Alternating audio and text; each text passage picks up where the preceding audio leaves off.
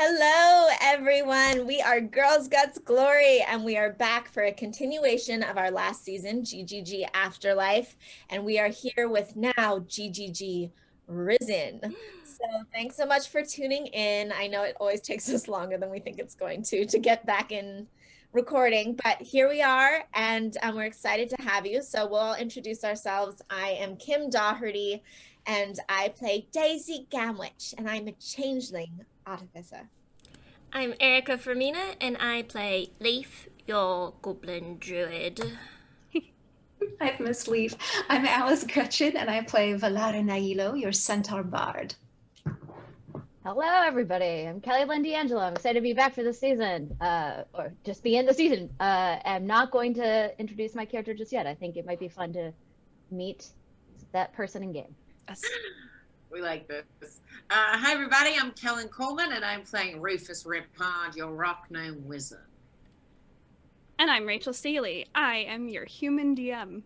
Yeah! So people who are wondering, Allie isn't able to join us this season, so there is no, I already forgot. Alyssum. Yeah, Alyssum this season. All right, Rachel, take it away. We spent so long mispronouncing her name that she decided she was done with us. So, long story short, you went to the afterlife. It's a large chunk of your life that you actually don't remember anymore. And you still don't have those memories. You don't know what happened to that missing year of your life. You kicked a god out of his seat, and then you helped him back in. You saved a town.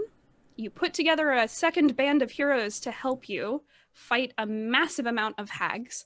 And in the end, you went after the big bad herself, the hag Neve, who had taken over the title of the god of the undead. You ended up accidentally giving Neve to a mysterious entity who showed up when summoned, named Anachek. High features, bright eyes, very sharp expression. He took Neve and he said, "Thank you for this gift." With Neve gone, the laser that was sending souls of the dead back into life to do Neve's bidding became unstable, and it sucked all of you into it, except your one companion, Rowena, who was kept behind by her god. And the last thing that happened was you opened your eyes and you saw snow. However, Jacques, it's a very typical day. You live in an icy town up north. It's not very big. It's big enough that it has a temple to your goddess, Blanca, the goddess of the balance of life and death in the real world. In Ten Town, which is where you live, what does a typical morning look like for you?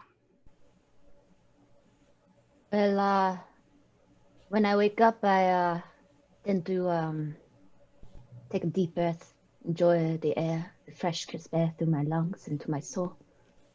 I walk outside and I greet my people with prayers and good mornings. I eat a croissant, usually, down the small bakery down the street. And I just ensure that everybody is making balance. People sometimes, they have pain and grief and loss, and it is very important to me to ensure their survival, not just with the necessities of life, but also to ensure that they are at peace within their hearts. A man who strives for balance. Jacques, you step outside today. Do you live in the temple or do you have your own apartment somewhere? I tend to sleep in the temple. I find peace with my goddess. But, of course. Sometimes I have a small abode that is shared with a roommate. Luis, he's okay. We get along. Luis is a little dirty. He's well-meaning. He kind of leaves things around. You wish he wouldn't, but it's okay. You step outside. It's a particularly chill morning, as always. You live very far north in the continent, up where the air is thin and where it's very cold. You take a morning stretch and you look up to the sky and you see a pale sun, as it always is, coming over the mountains, and these mountains in the north, you're very close to a very large town. It's called Dunmauger, and it's known as what was originally a massive dwarven fortress, and it has become a town that accepts anyone. There's a huge amount of diversity in this huge, huge town up north. And you see the biggest of the mountains, just named Snowskirt. And the sun crests the peak, and it brings you a little warmth. There is always balance. You head down the street to the bakery. There's only one bakery in this town, but damn is it good. It's called the Cherry on Top. Fantastic. It The is. girl at the front, Nanette, fantastic. She puts love into her croissant. She Like, does. shoves it in there. You can taste it. It's just full. It's overflowing with love. She's a lovely woman. She's definitely older. She's in about her 60s, almost at her 70s. And you know, any day now she's probably going to retire. But you've been saying that for about 3 years. And she's still here. It's a labor of love for her, obviously. And she just gives you a croissant. She doesn't even ask for payment. She has it ready, and it is piping hot. You take a chunk, and it steams a little bit, and the smell is divine. Buttery, sweet, but savory enough. It's a lovely day. What do you do after getting your croissant? But generally, I spend time with the orphans of the city. I have a very big heart for children. It's Of course. I want ones of my own one day, but that's something that I try to not bring up too often, as it tends to scare the prospects away. But yeah, so I just kind of spend time giving to those who have less, and spend time talking to those who have more about giving more. There tends to be a little bit of hoarding here or there. People are afraid. Scarcity is a common thing in this land. With my very, small nose, because it's so warm. I come from a very long line of family here. So I got very dark skin, small nose, long hair, somehow always a perfect 5 o'clock shadow. Of course. And I just spend time on myself, but I have to be the best version of myself in order to help others. So I help with the children. I do my prayers and meditations midday, and then I tend to have an open council in the afternoon with anybody who has any grievances or worries in the city. Okay. Nanette, behind the counter in the Cherry on Top bakery, hands you a basket, as she does at least once a week, of different pastries and things that didn't sell the day before. And you go on your way. It's a lovely routine. You head straight across the street and down to the left on this cobblestone road. You head right for the orphanage, the Flower of the Golden Sun. It's a place that you've been almost every day for most of your life, to give back, to help people. And you're on your way to bring this little basket of goods for the kids when you feel warmth, a familiar warmth, in your heart, radiating out. And from over your shoulder, a very small figure appears. Again, very familiar to you. It is not common, but sometimes you get guidance from your deity. You've never seen her in person. Only very few people who follow Blanca have. But this very small figure appears, coming into your vision, just about this big. Little humanoid, floating. She's akin to a mage hand in the fact that she's made up of a weave of magic, and you see tiny little magical runes floating on her surface. She's bright cherry red. And she looks the way that people describe your deity to look when they see her in fevered visions. She has long hair, long arms, long legs, a very long neck, and a blurred face. And this little figure comes up to you, puts her tiny hands on either side of your face, and starts to go away. She just moves off in a direction. And you know from experience, this is your deity telling you, hey, I've got something for you. And usually this leads you to some kind of graveyard or someplace where a ceremony is needed, maybe a wedding where a priest disappeared. It happens. She loves a ritual. She loves a ceremony, and she loves balance. So you are being led away. So as that's happening, I have the basket with me. I run forward. I quickly go and knock on the flower of the golden sun. I see one of the children there, Madeline, and I look over to her and I go, Madeline, take this, distribute to the children. I have business to attend to. I hope that you can pass along the news that I won't be gone for long. And I just kind of give her a nod and follow my God.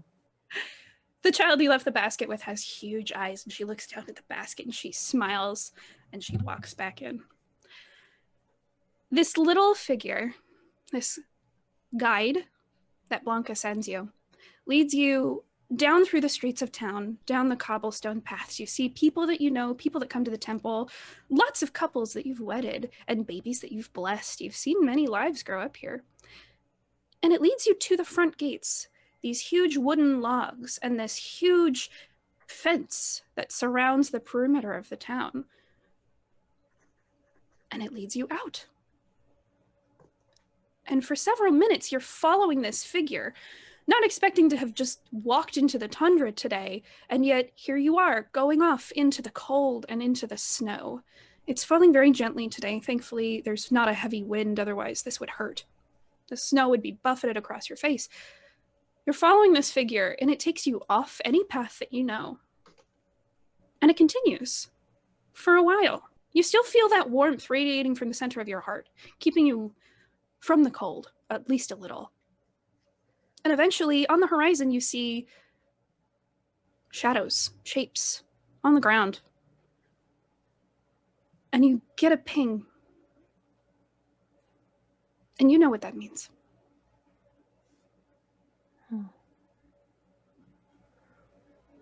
And I just take a moment and I hold on to my amulet and I whisper in my people's language, just prayers of goodwill, and that my service is due here.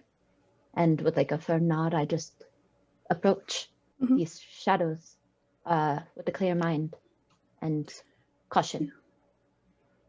You see 4 unmoving bodies, and it's hard to see what they look like under the snow, but they're shapes and they look perfectly still. Okay. As I get closer, I try to see if they're damaged or if they need help in any sort of way. You reach out and touch one, and it's ice cold. And you look around, it doesn't look very injured. Some of them look a little burnt, a little charred. There's some singes. I think we're getting a little bit of an echo from Kellen for a sec.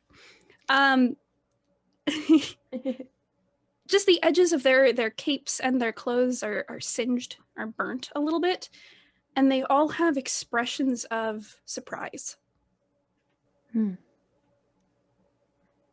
Are their eyes open or closed? One of them has open eyes. It's And a very small boy. It's not moving. No. I go to the boy, young child boy, and I cast Lesser Restoration in the hopes that the child will go back. You do so, and nothing happens. Okay. His green skin is very pale, and you can tell it's the pallor of death. I close his eyes and I whisper a quick prayer, and then I want to do a medicine check to see if I can understand what these people need. Okay, go ahead and do a medicine check. Oh, that was very good, Jacques. All right, the 21. With a 21, it's very strange because there hasn't been life in these bodies for a long time. A long time. They've been long dead. But you get this little nagging ping in the back of your head from your goddess. It's that meter that goes off when you're close to something specific. Okay. I'm not certain what you might need, but I am going to take this child still, and I'm going to actually step back and do just a grand prayer of healing Mhm. in the hopes that maybe the healing nature of my goddess's power will help them somehow. Sure. You step back and you take a moment to yourself and you meditate on your goddess and her ideals and the things that she represents and how you can channel that. And there's a beat where you don't hear her voice, but you get a desire from her without words. And it says, put them to rest.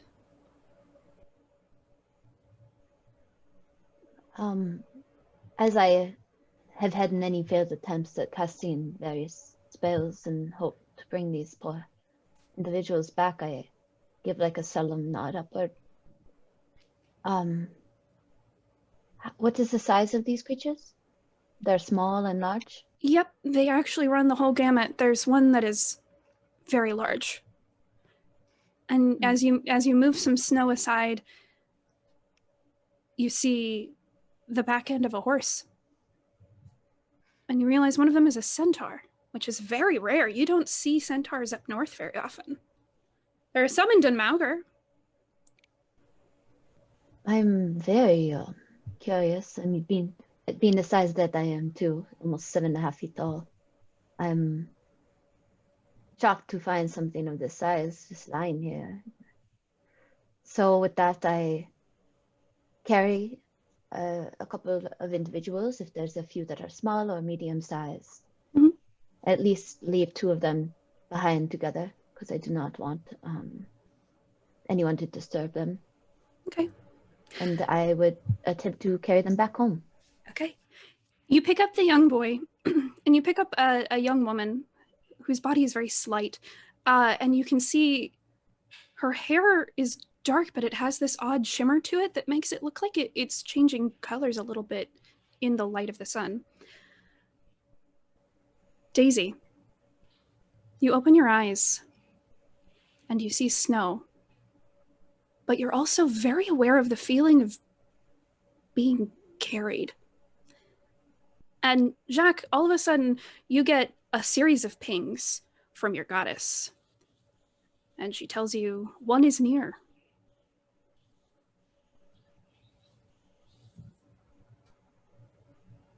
Carrying me. Oh, mon Dieu! And I just she completely falls off me as hopefully in the snow. Yeah, she falls in a snowbank. You just go right into the snow, and there's just a like daisy-shaped hole in this snowbank. Hello? Daisy, you feel very cold. Where am I? Why are you talking? You should not be speaking. You are dead. Are you? I was dead. No, hold on. No, no.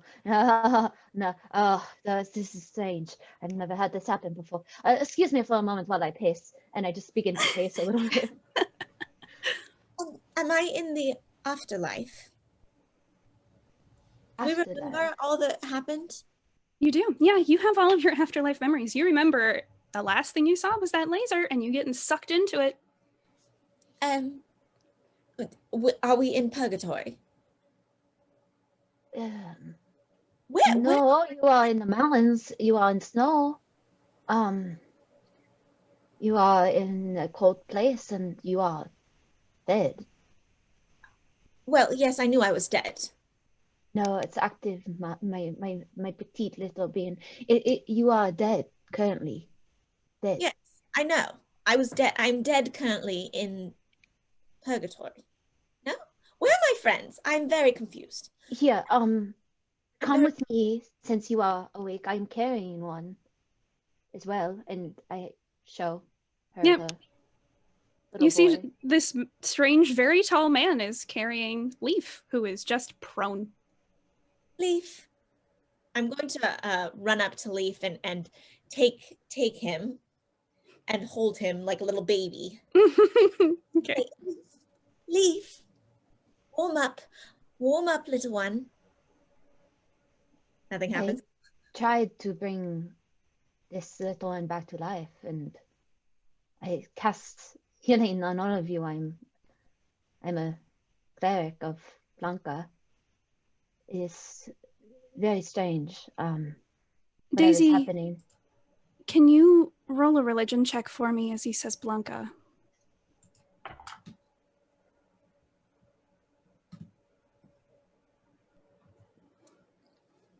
12. You feel like you've maybe heard that name before in passing, but you have no idea.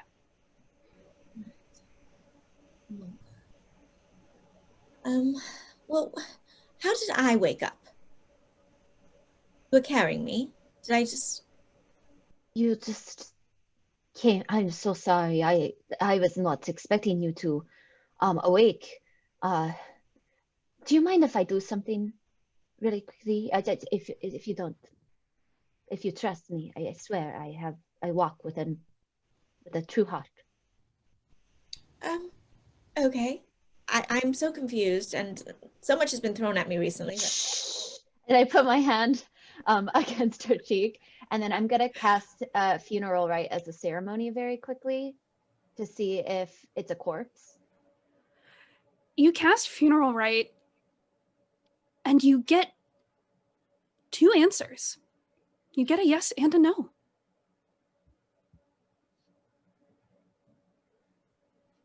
And that pinging is still going off in the back of your head. Thank you.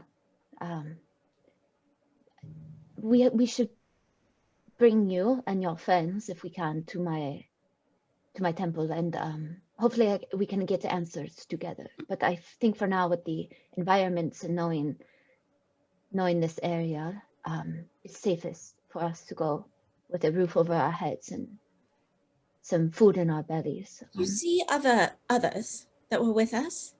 Yes. Come with me. And Valara, when you come to, it's very slow. And you sort of drift in and out of consciousness for a while. You're aware of snow. You're aware of a figure that walks up to you and leaves. And time passes. And after a while, your senses come back to you and your eyes slowly open, and you can see snowflakes on your eyelashes. And you can feel the stiffness of cold on your face. But you see a figure walking up to you, a different one this time, not the one you saw before. And you see that Daisy is with this figure. You're lying on your side in the snow. Where are we? Valara? And I try to stand up, and I shake my tail, and I'm freezing.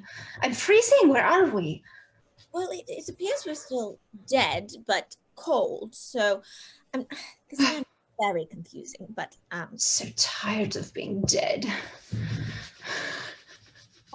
Is Rufus or listen? You see Rufus's body off to the side, and you see a void in the snow where something had been laying there. You don't see Alyssum. Excuse me. My name is Valara. Who are you? Have you seen our friend Alyssum? Oh, my apologies. My name is Jacques de Courtillons, Jacques of the Giant Hearts. It's a pleasure to meet you. I have not seen your friend. I lean down and I examine our little gnome friend. Is he alive? What do I see?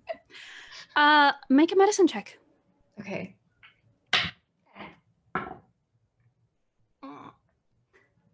7. 7. It's Rufus, all right. Okay. And he's laying still. I pick him up and I hug him, trying to get some warmth into his poor little cold, stiff gnome body. Nothing's happening. Still, yeah.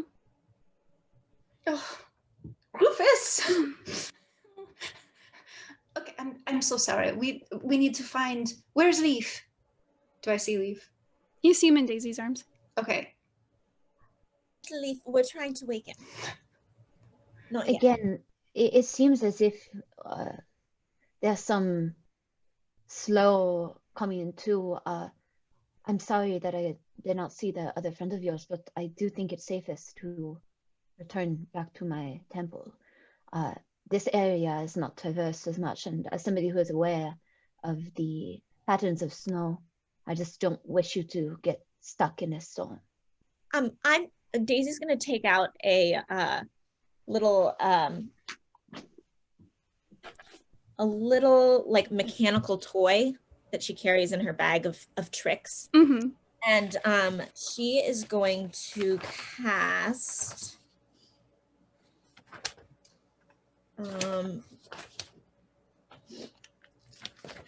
I can leave a little message where the toy, I forget which spell it is, but it's one as an artificer I can do, where I can just make a little sound. Mm-hmm. You know? So I'm just going to leave a message, so when it gets wound up and someone plays it, it'll say, Alyssum, it's Daisy. I don't know where you are, but I hope you're okay. If you find this, just know that we're all right, we're together, and come find us. I'm just gonna leave it at that. Okay. And you Just stick this leave little it- toy in the snow? Yeah, Okay. just stick it in the snow, like where we all were, just so if she comes back, she knows we're here and looking for her. Yeah. Okay. You do so. Question. Yeah. Am I able to cast spells? As in, do I have spell slots to this weird? If you have any left over from the last fight, then yes. Okay. Well, Jacques, please lead the way to wherever this temple is. I'm hoping it's warm. And I'm still cradling Mhm. Rufus in between my bosom, trying to warm him up. As you're holding him, you can tell the body isn't stiff like a corpse. Okay. He hasn't gone through rigor mortis. It's not something like that. But he is cold. Mm. He's just limp. You start to head back with Jacques leading the way, and you pass by many trees full of ravens and crows, and as you pass, they all, in a huff, disappear into flight into the air. About halfway to the town, 3 minutes in, Leaf, you wake up and you're being carried, and it's cold, but it's not unpleasant. And you look up into the face of Daisy. Oh. Hi, Daisy. Oh, thank goodness. Hello, little one. Hello. Leaf's gonna sort of pat around his tunic and like look in his pockets. You don't see the thing you're looking for. Daisy, do you know who Sebastian is? Oops. I don't know where Sebastian is. Maybe we can try and find him. Where are we going? We're going with, this is Jacques Pleasure. of Giant Hearts, and he is bringing us to his temple to warm up. You're a tall one, aren't you? And you're a short one. A small little one, aren't you? Yeah, I'm a little short. Now, Rachel is Yeah. in her normal persona, correct? Although you did say silver hair. Was she in her changing? It's something that happened when you were unconscious, specifically coming here. Your hair was just shifting like a multicolored fabric kind of thing. Yeah. Okay, but I But still you was can keeping my persona. I Yeah. was my full changeling self. decide whatever. Okay, well, she's still she feels most comfortable as Daisy with the curly hair and her little, human form. But Yeah. Okay, then you come back in your human form. And Jacques, as much as you know, this is just a little human with fancy hair. It's probably some kind of spell. You are very diverse, I think is the word for it. Are you from around here, or you said you come from somewhere else? Or... I don't know where we are. Came from the afterlife. Leaf, make a perception check for me. All right. This place seems familiar. Oh, maybe it doesn't. A 6. You said a 6? Yep. You feel like you've been here before. You feel like you know where this is, but your mind is still a little groggy from sleep. You can't quite place it. But you know this is familiar. Somehow. I've been here, I think.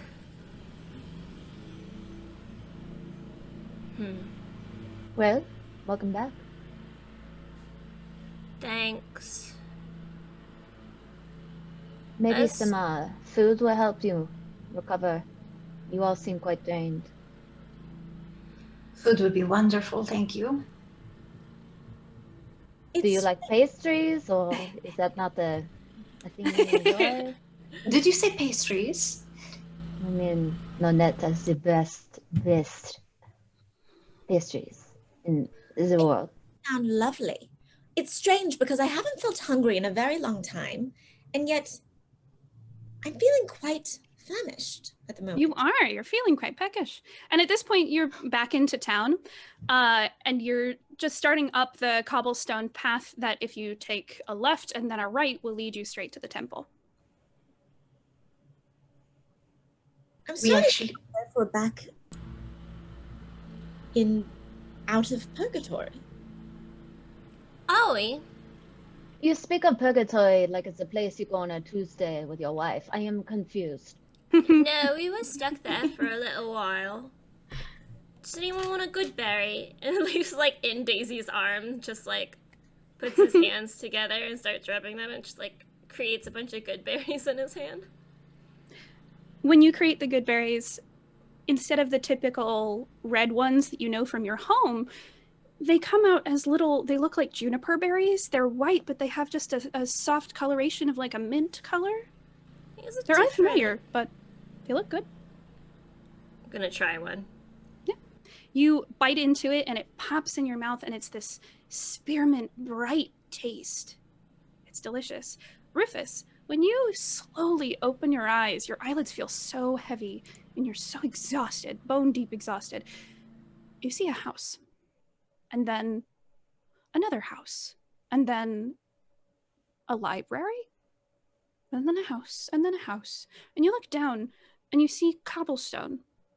And when you look up, you see snow, and you see Valara's long hair in your face. I always thought your hair was really shiny.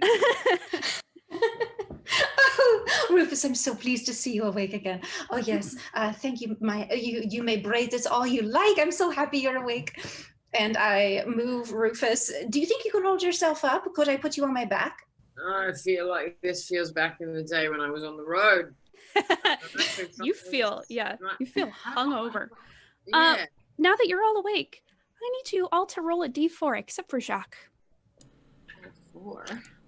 And I need you to have a piece of paper ready because you're about to write some things down. 2. A 2. A 1. This is the second dice I've rolled and the second 2 I've rolled. Keep your fingers up. So, Daisy and Rufus. There are some dogs coming down the street with their owners. When they see you, their hackles begin to raise and they begin to growl.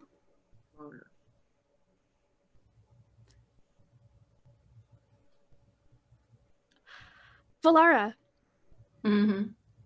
as you glance up the street to see what's happening, you catch sight of Jacques' holy symbol on his ring. And as you do so, your eyes begin to burn.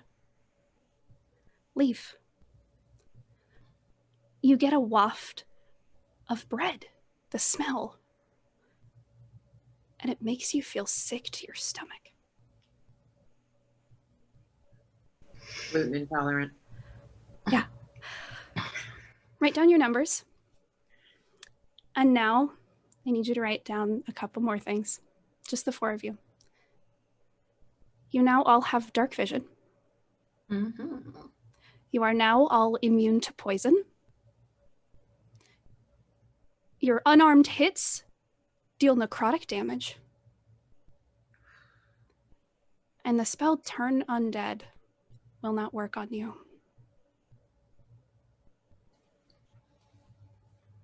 I'll tell you what your numbers mean later. Just keep them in mind. Mystery. Mm-hmm. The dogs up the street, their owners eventually pull them away, and they look very confused because these 2 dogs are old, and they're just small dogs. And Jacques, you know these 2 dogs to usually be very docile. And you're surprised that they would become so aggressive all of a sudden. It's unlike the dogs. I think it might behoove us, no pun intended, dear Santa, to None taken. maybe just keep some sort of protection to you all. You don't seem to be ill-intended, but there is clearly an air of uncomfortability that maybe we should get to the bottom of. Yes? All right, Valara, darling, who's talking right now? I'm having a problem. Oh, my name is Jacques. Hello. Oh, You see a very tall, dark-skinned man, and he's very handsome.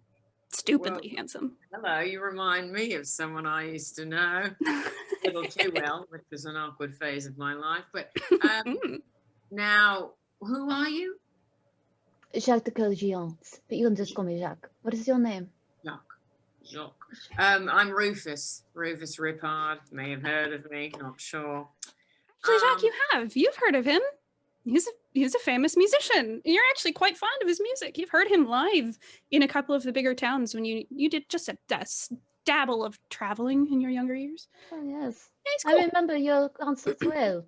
I used to hang out in the back and do a little dance to them. It brought me some good nights, good memories. It's an You have no idea. You just made his day. I haven't heard it in a while because we've been, where we are. How have you heard? How do you know? Wait a second. Are we in the same place? Are we still in Purgatory, underneath on the river and all this? Listen, That is what we are Rufus, trying to I mean, figure. if you said that first, I was there for some of your party phases, and I knew I was at that one concert where you were quite drunk and you fell off stage. But purgatory is not something you say just haphazardly. You have all spoken of this, and it is concerning. Well, if you've been in my concerts, then we're not maybe where we were before. The Plains of Penitence. Yeah. Are we not in the Plains of Penitence? No. You've never heard of this before. At this point, you're now standing on the steps of this large cathedral. It's made of a light gray stone. It looks like it's very well taken care of. There are hanging baskets of flowers. These flowers are little heart-shaped fuchsia-colored flowers with a little white tip in the end. They have these beautiful Grecian columns and a little overhang, and then a door going inside. Follow me. And I bring them up to the main center. You bring them inside, and it's warm immediately inside. You are all warmed by this temple. And off to your right, there is what looks like a fountain, and in it is this bright, impossibly ruby red liquid flowing in a constant loop. And there are a series of small glass cups, just like a shot glass size. And it's part of a specific ritual, but anyone who visits the temple is welcome to partake in it. It's just a cordial. You can all tell by the smell. It smells bright and cherry. It's pretty good from the smell of it. There's a beautiful crimson and gold runner rug that goes all the way down the center aisle, and on either side you see pews. And you see a symbol that repeats in a lot of the imagery in this temple. There are tapestries, and there are actually plates as well, and they all have pomegranates on them. Pomegranates embroidered, pomegranates everywhere. Valara, seeing this, hurts immensely. You're going to take 2 points of damage as your eyes begin to burn seeing this holy symbol. You feel, however, almost a presence on the edge of your mind. It feels nebulous and large and warm, and it tells you, without words, close your eyes.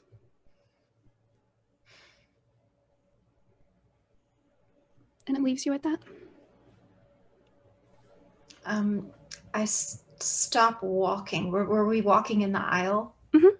Okay, I stop walking. As she does so, I say, is that the I burned frankincense and myrrh. Is it burning in your eyes? I'm so sorry. I am so sorry. I don't know why I'm having this reaction. May I ask what is on your hand? I first noticed a burning reaction when I believe I glimpsed something on your hand, and it's getting worse. I don't think I'm allergic to frankincense or myrrh. I don't know. You're talking of my ring, my sigil. What is your sigil?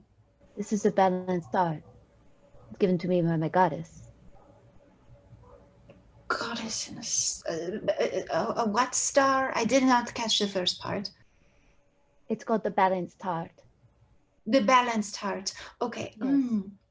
I'm very sorry. I believe perhaps I should lie down somewhere. I don't think I can see. There's a little like a medical room off to the side with a bunch of cots. It's also, if anyone in the town becomes homeless, first of all, it's a small enough town. It's called 10 Town because it started off as 10 houses and it's grown from there in about a century. But anyone who becomes homeless, they end up sleeping in the cots in this side area until the whole town can work together to give them a home and a job and a life.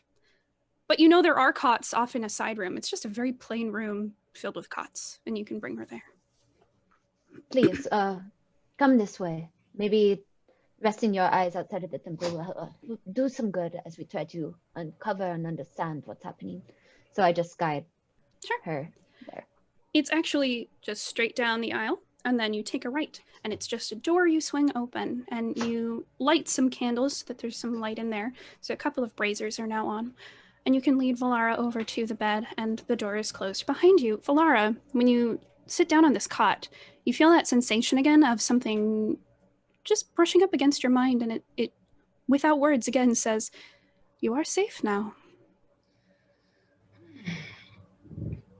Oh, thank you. It's much better in here. Where are we?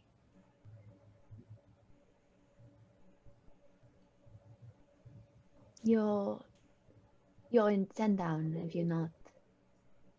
Sandown. I'm curious, you can see now.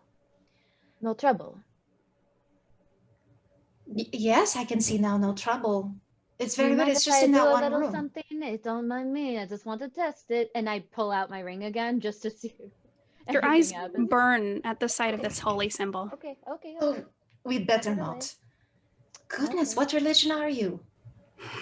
It's Blanca. She is the goddess of balance. She seems a little imbalanced to me. She's powerful. I'll bet. She has a tendency to want things rightfully done. If that makes any sense.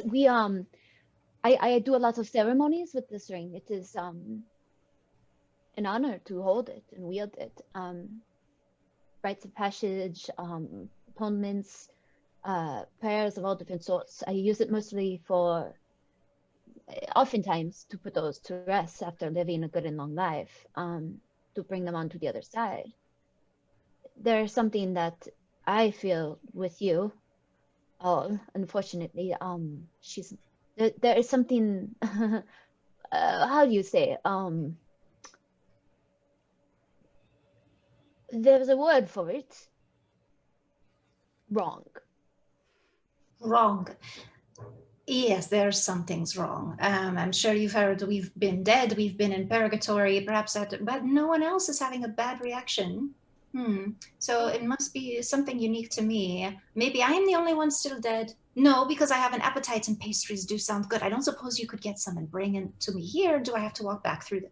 Oh, I'm so No, hungry. please. Sorry, I'm so disoriented. Oh, You know, it's okay. there's a store of food here. It's not like the best food, and it's stuff that can be preserved, like jerky and nuts and things like that. But there's a store of food in the temple for those that need it. Is Daisy still holding me? I think so, yeah. Oh, Leaf, do you like being carried like a baby? I mean, I've got good berries I want to give to people if you could put me down. Oh, yes. It was quite comforting having you as a little one to carry around. And Daisy sets Leaf down. Thank you. Do you want a good berry? Holds up his hands. Yes, those are quite interesting good berries. I haven't seen those ones before. Yeah, they're new. Yes, thank you. And you take a bite, and there's something about it that it's good. It's just a pop of spearmint, and it's bright and vibrant in your mouth, but it doesn't taste like food. It'll freshen your breath. It'll also wake you up a little bit. Next time May I try one of those? I've never had them before, and I have a taste for new adventure and trying new things. So, Yeah. if I may. There you go. They're new. You experience the same thing. It is bright, but it doesn't taste like food. There's something, you can't explain it. There's something off about it. In the afterlife, they were a different color. And then in my life before the afterlife, they were also a different color. So these are new to me. You are all fascinating individuals. I really would love to not just house you tonight, but to share a warm drink. I can cook up, spike some of the wine that I have in the back cellar, and we could maybe exchange these stories that seem to be otherworldly, and also very, very much so was painful or at least traumatic. If I can help in any sort of way, even out the if you're dealing or struggling with any trauma or anything like that, I am here as an ear. Have you seen a Help. frog? A frog? Yeah. Oh no, I am. I would recommend maybe not. It is a delicacy around here. People eat frog. Just maybe don't mention it if it seems, unless you wish to eat it. Is that what you're looking for, a meal? Or? I lost a friend who happens to be a frog.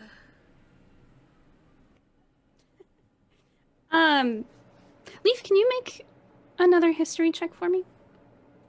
I'll do my best. 9. 9? Yeah, the name Ten Town sounds vaguely familiar. Can't place where though. When was the last time you all saw a goblin in Ten Town? There are a couple goblins here. Generally speaking, we welcome in most individuals. It's like we are very far up in the mountains. It's not often we have people come or go, but for those who do roam this sort of area, we are very familiar with one another. But I see more of them in Dunmarga, if you go there. Are you familiar with the town of Dunmonger? That, you know. Leaf. Dunmager is a large fortress. It's also the name of a group of 3 mountains with a larger mountain next to them. It's very familiar because it's directly north from where you were born and raised, in the Wildenwood Swamp. You're very close to home. You're only a couple miles away. Oh. No, I've never been to Dunmargo. I don't want to go there. I don't know why, I've never been there. Well, it's not a place I I want roll to an go. insight check on this little one. Sure, That roll an wasn't insight bad. check. And No, Leaf, no. roll no, actually we'll just let it. Okay. That is a 14. No, oh wow. Nope, I read the wrong one. That's a 16. Haha. Ha ha ha ha. You from Leaf, you definitely get a sense of apprehension. Leaf, what else does he get from you with that 16? I'll let you decide. You know, that Leaf's it's definitely a place Leaf doesn't want to go. And has probably he probably knows that Leaf has been there. Yeah, you get a sense of familiarity as well. Very well. Listen, little one, if you do not wish to go there, you do not have to. I don't. Then you will not. I promise you're safe here. I will do everything I possibly can. I tend to, I don't know if I'm the one to be the protector. I know I seem big and I seem giant, but perhaps that's also because I'm a giant. But I wish. Yes? I was wondering why you were so tall. You're Oh, part- yes. Yes, and from my family comes from a long line of giants, giant hearts. We are the big soft ones. People often think we are scary and to be alarmed, but we are good ones. I promise to you, not all giants are terrible, foot stomping, ground shaking, heartbreaking giants. Some of us have big hearts that wish to love, and just want to love. C'est moi. I relate Yeah. to that. Mm. You know, Am I goblins still, have a bit of a reputation. am I still on Valara's back, or is she carrying me? It's up to you. Would you have hopped off onto the I car? feel like I hopped on her back. Hmm. And I've been chilling. And I hear him say he's a giant. And I pop up and be like, how tall are you? I'm 5'7", 7'5". That's it. 7 feet 5 feet 5 inches. Wow. Oh, I hadn't been taking into account your sheer grandiosity, and I just feel like I needed to sit up and really take it in. I know it's tricky because my proportions are so perfect that it's. You're a good-looking man. Oh, giant. Yeah, I once had a scientist come in and he examined me because he was so curious. He said, "How does it so even?" I fold the piece of paper with your dimensions, and it's up. I said, "I don't know." You know what they say about symmetry, is they say that people are most symmetrical, or creatures that are most symmetrical are very pleasing to the eye and get things easy out of society. But then I have my goddess who is good at balance to thank for that. Yeah. I like you. I like you too. I That's really just- do. I own all of your copies. I own copies of all the music you've ever played. I'll sign I them actually for really you. like you. Yes, I can sign them for you later. I would love that. Jacques, I have a question. Do you have, I know you are a well-educated magical being. Do you have any spells to help us find, we're missing 2 of our friends, Alyssum and Sebastian. Do you have any spells that might help us find them? There's a few that maybe I could ruminate and meditate on the next day. I know I have always in my back pocket because the children of the town, I help with the local orphanages, and oftentimes for more things that are a little less pressing, lost wedding rings, wedding bands, things like that. I have locate object. If locate object is something that could assist you in any way, but that has a very limited sort of arena. The other one that I do have that might provide some sort of understanding is I have divination, so that helps me connect with my goddess about answers we might need. Oh, okay. Real quick.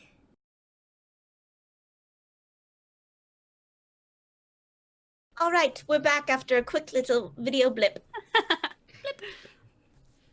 So you have locate object, but that's only a certain radius, and then you have a divination. Yes, and I have a couple other things up my sleeve that I could again spend the night on and attempt to bring out and prepare for the next day. But those are the strongest ones in my back pocket currently. Did Sebastian have any objects on him? Or Alyssum?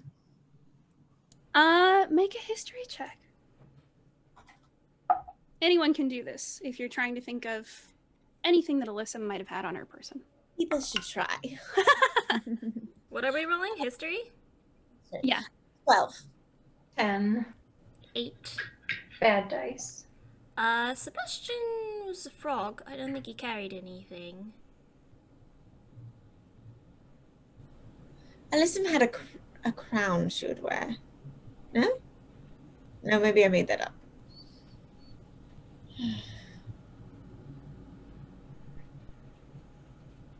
No? None of us know of any objects? Wait, was I supposed to roll? I rolled 18.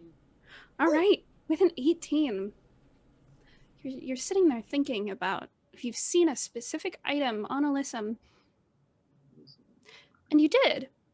There was a ring that she had on. And yeah, there was a point when you guys were just talking at night when everyone else was going to sleep, when you were on watch. And she told you it was her father's ring. It looked like a river. It was this giant brass band and it had this cut in the center, like a river. No, the river runs through it, as they say. Life and, the underworld, so it happens. Alyssum, I was just thinking of, I was thinking how bad I need to go to the bathroom, and then I thought of water, and then I thought, oh, that ring. Alyssum had a ring that looked like running water. It was from her father. If you could do a very accurate render of it, it would help me immensely, since it's generally I must be a little familiar with the construction of the object. It was a brass band. Yes.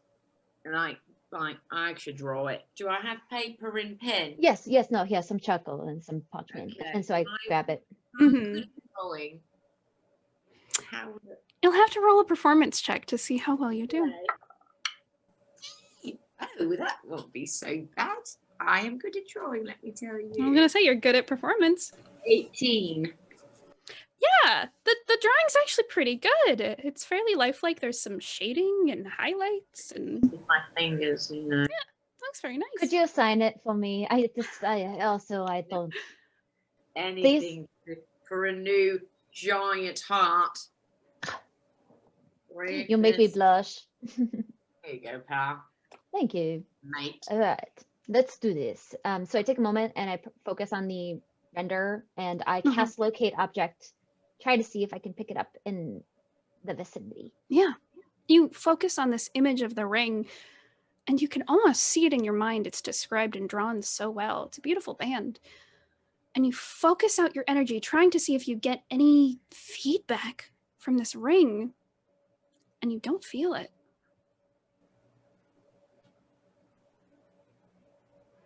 I am sorry, but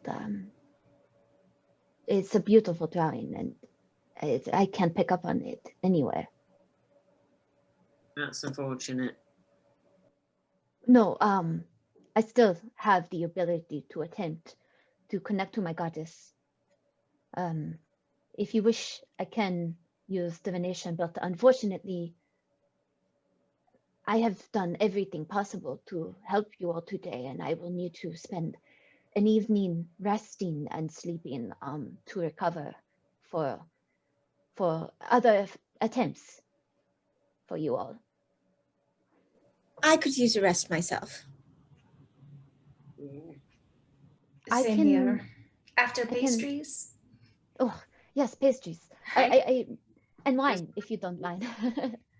There's pastries around here. I used to love, I could pack away a pastry. I could talk to Nanette. She closes at sundown, which is not too far away, so I would have to stop closely. Wait, I'm hungry. Are you hungry? That's Yeah. the best part. We haven't been hungry in a while, have we? Yeah, everyone but Leaf. Wow. Oh. Yeah. I really could eat something. I'm not really hungry.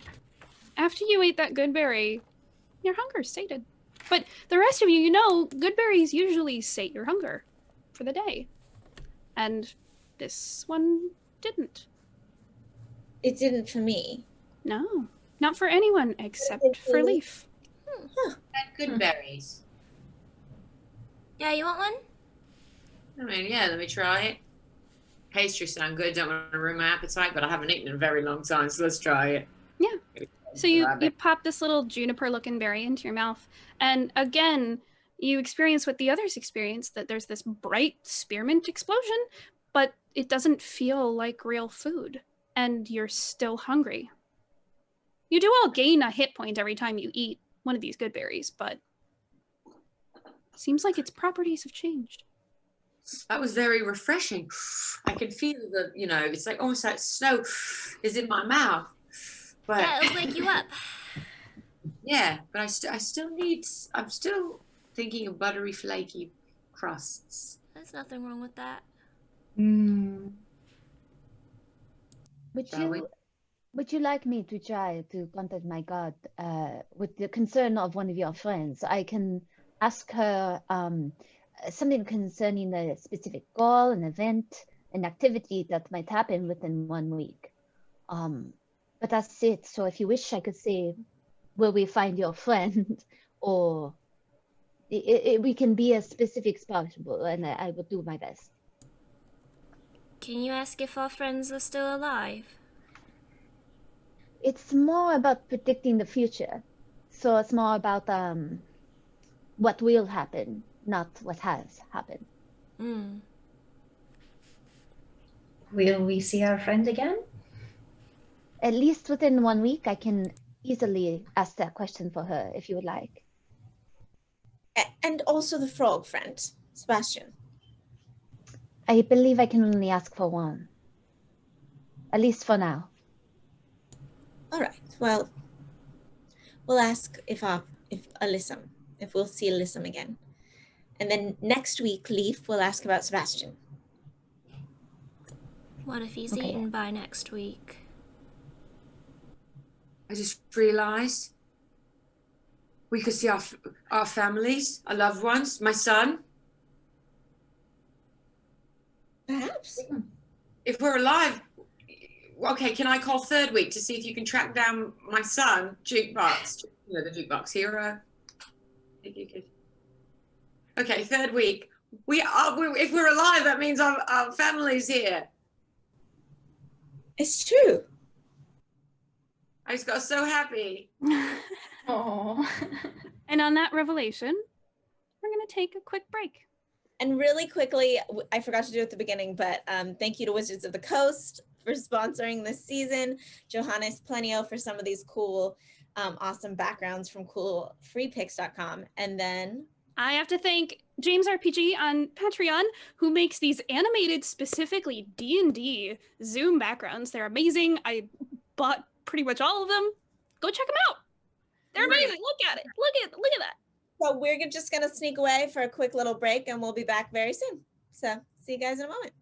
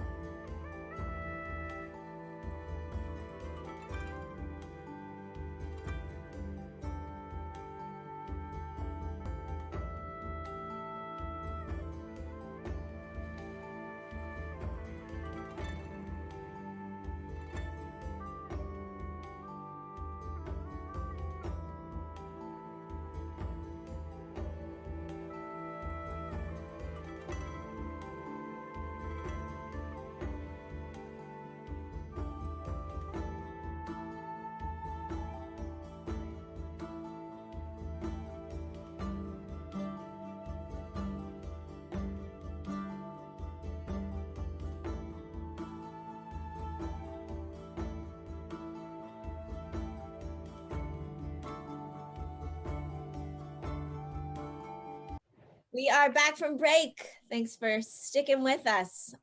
Let's just jump right back into it. All right. You're still in that side room in the temple. Most of you are pretty hungry right now, actually. And it's actually still pretty early in the morning. You're reaching maybe 11 o'clock.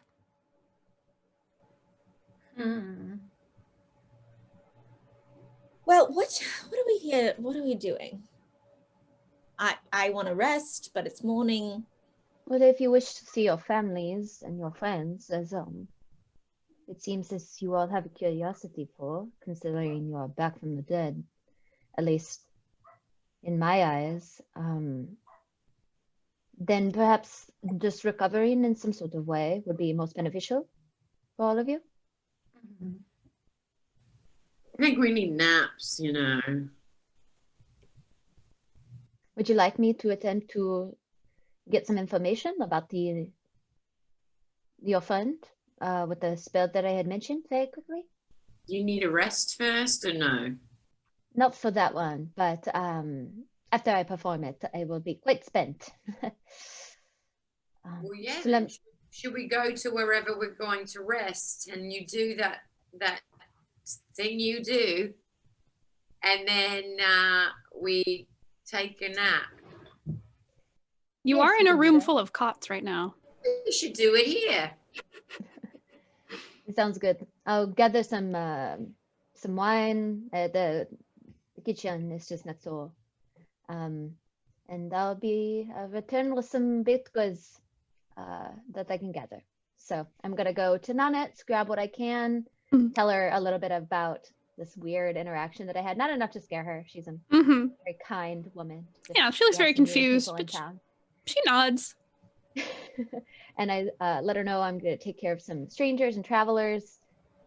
She packs up whatever she wishes. I can throw her a copper if she'll take it. Yeah, she gives you a severe discount for everything.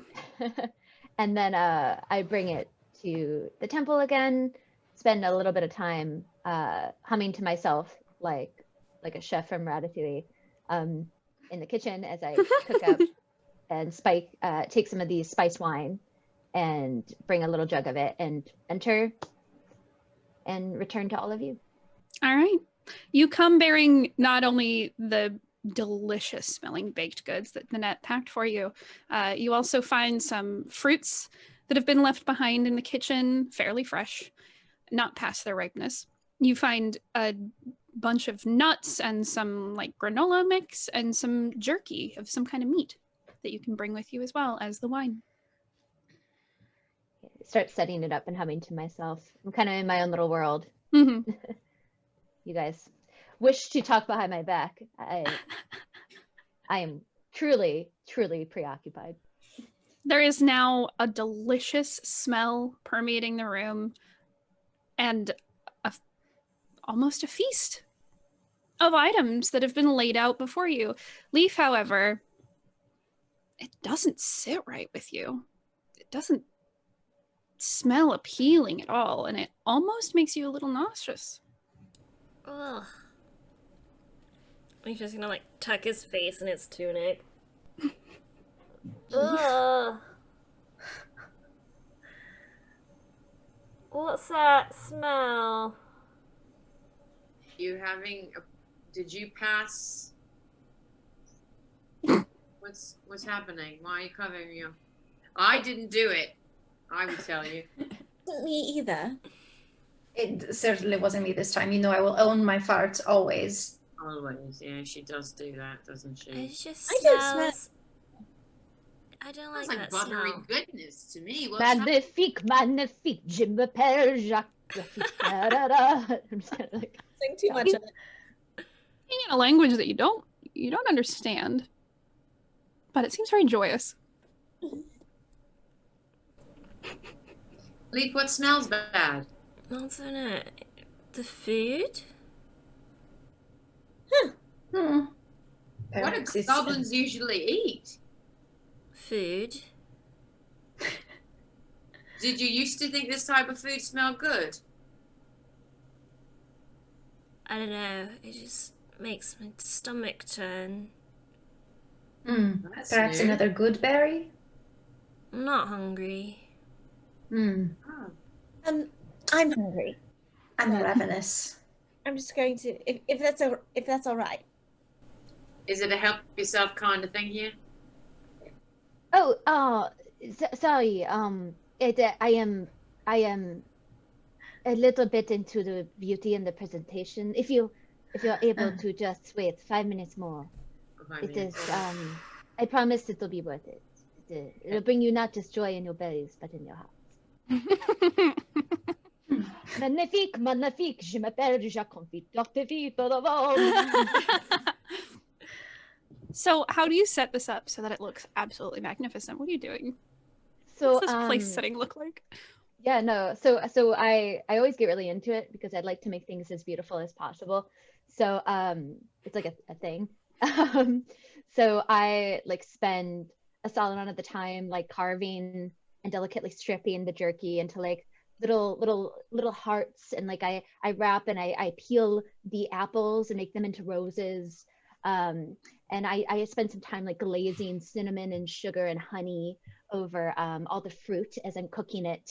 And I pour like the wine into little glasses behind it.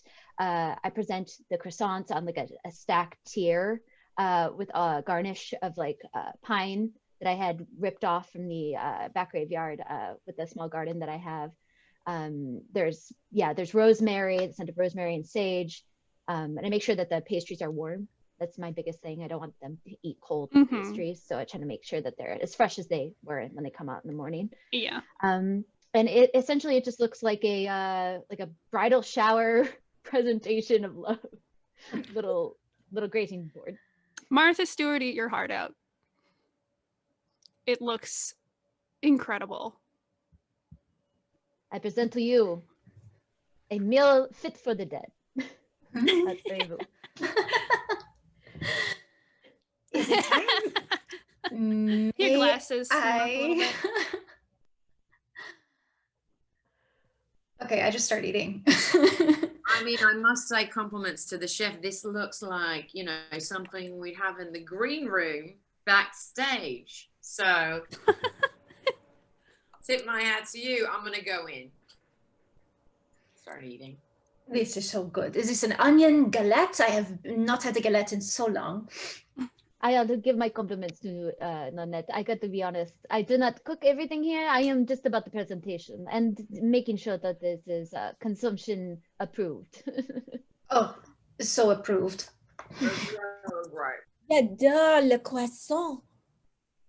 It's almost like you're eating food for the first time all over again, and it's divine. All of the tastes are heightened and delicious and complimentary. It's magnificent. But not for Leaf. Leaf's gonna go up and like sniff the food to see if he might be interested. Is do you not like the meal? It is unappetizing to you? If there's something I can make, I am sorry. I tried my best. It's alright.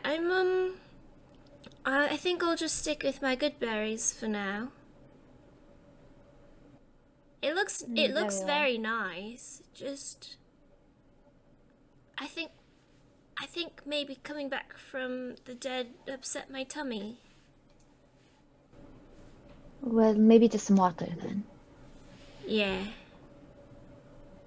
Daisy's over in the corner just like devouring as much as she possibly can.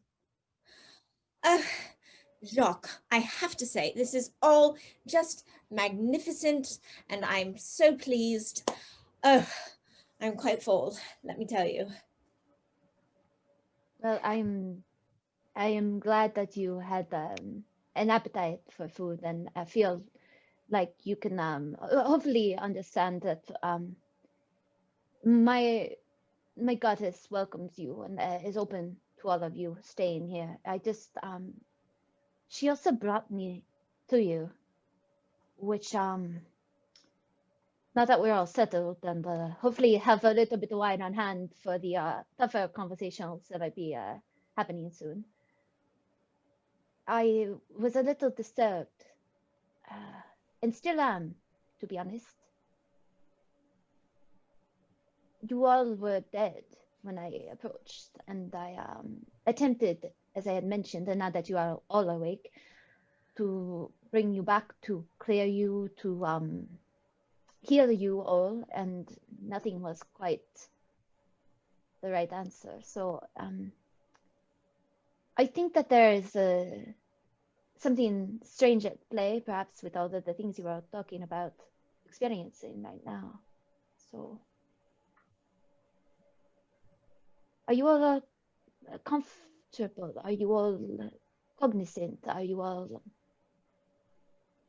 okay? As far as we know, to be honest, we don't remember much except for our very recent past. We can't remember a whole lot before. Little memories have been coming back. But yes, I really wish we could help you out more. You're not alone, though. We've gotten used to this dead, undead state. Cannot blame you for your shock or discomfort.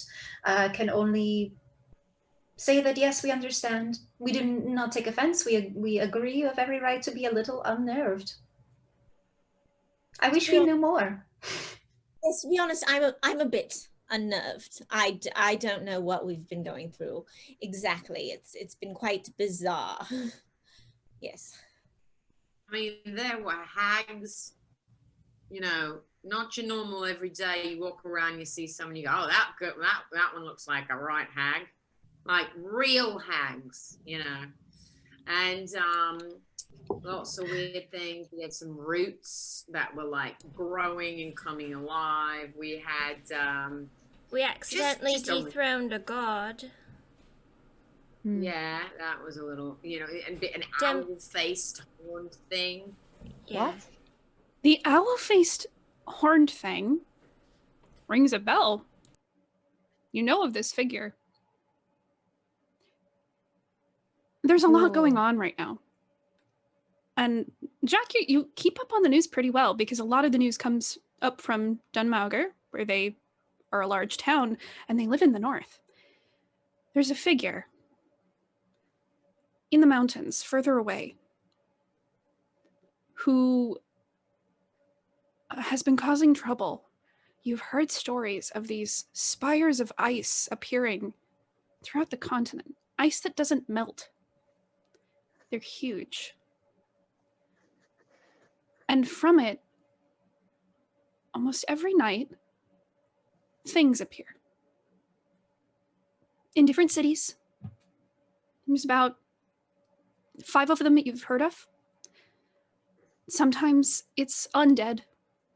Sometimes it's imps. Sometimes it's fiends.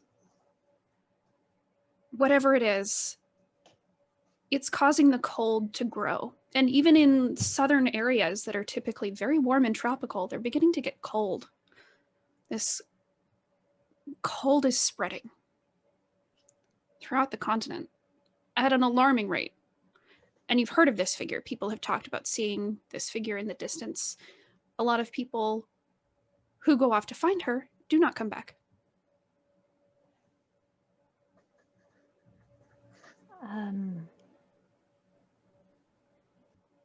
Your arrival and the things you speak of, it does ring a bell in some ways. But these are dark matters that I do not tend to share with the locals, the children, and those who just need recovery. But it has been on my mind, as I mentioned, when I found you all in the woods, not far out, that there has been a large draft coming in. Usually it's from the northern wind, but it's been coming from everywhere. You see, there's ice that is refusing to leave and melt. The snow, the winter is pushing on longer than it ever has before. As somebody who cares very deeply about balance, not just within ourselves and our hearts and our own emotions, but with the balance with the earth and the world at large, it concerns me. These spires of ice have brought forth strange creatures, ones that I have been scared to attempt to conquer on my own, since they are out of my normal wheelhouse, and leaving the city behind could be detrimental without any sort of protection. I've already lost, and I don't want to lose anymore. But right now, I think that it sounds as if it might be time. I believe Would we're on you- the same side. Yes. Would you all be curious to investigate one of these with me if we can gather more information and perhaps find this? I don't know the name, but people have sent out The name? tracking. Is the name some her, something? Oral. That sounds familiar. The owl thing. Oral. Oral? Yes. Yeah, Daisy turned into her at one point. I was just imitating her image. Yeah, it was a disguise. I can do that. Yeah, remember, Oral. Do you want me to really fast? No one do anything. Don't be scared, Jacques. And Daisy just like quickly turns into Oral. And what you see, Jacques, is this tall figure who has snowy down covering their body. It has the face of a barn owl and curling ram horns. They're wearing this robe of white that becomes a mist that forms at the bottom of their feet, and their hands end in sharp claws. Boo! I love when she does that. You've never seen Oral, but you've heard descriptions of this figure being seen far in the distance. Daisy's gonna go back to looking like Daisy. There, see that's what Oral looks like. Yeah. That's seeing a nightmares, to be honest. Yeah, it killed us. Wow. It killed all of us, but here we are. So, I don't know. Then I think there's an interest, isn't there? Maybe we should. If this thing is killing people, I don't want it anywhere near this town. Not at all. No. Especially something as horrific as that.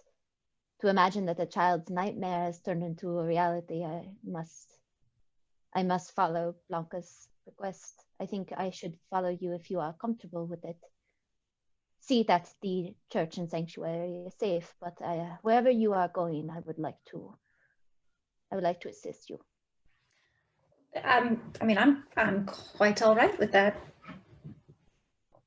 I mean, you have to be comfortable with a perfectly balanced, fairly, for some reason I can't grow a beard and I can't shave it off. It's just always this 5 o'clock shadow. Valara leans in and examines it very closely.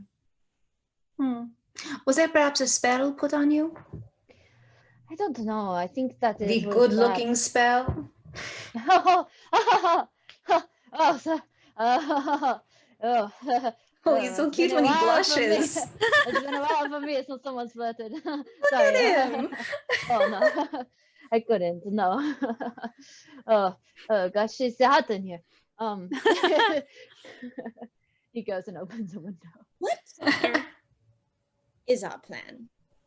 Is our plan to take down Oral now? What are we doing is my question. Do you mind if I take a moment and use that spell, maybe not to find your friend, but to get answers that might eventually bring us to her? Yes, please. 1 second. And so I take a moment and I, just find my center. I very gently try to pull out my amulet, but hold my amulet in my hand because I know it's going to hurt somebody here. Mm-hmm. And I cast divination. So I do have to have a sacrificial offering. So I would love, it has to be worth, I think, 25 gold piece. So if I have, some sort of incense around, I would also grab that and crush it with me. as I prayed, and I'm going to ask Blanca,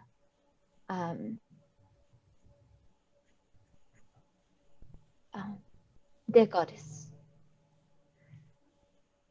there are rumors of these spires and of this creature called Ora. In the next 7 days, are they, this Ora, going to hurt others? And I just close my eyes and I like do a deep prayer. You'll see Jacques, your tall new friend, take out this little cone of incense and crush it. And this cloud of maroon dust covers the air, and you see a little bit of it alighting on his face and leaving some pigment behind. And you smell warm amber. When you close your eyes and you finish asking your question, Jacques, you're immediately bombarded by murmurs and images. They pass very quickly. You see spires, you see a bird's eye view of a bog and the top of a spire of ice, sharp, like an upside down icicle, huge. You see one in the middle of a desert area, you see one in the middle of a massive town, you see one in a tropical area, you see one in a large square temple with many stone steps going down. You see an image of a spear glowing with some kind of energy, piercing the ice, and you see, almost like a drawing, cracks begin to form, and it shatters in slow motion.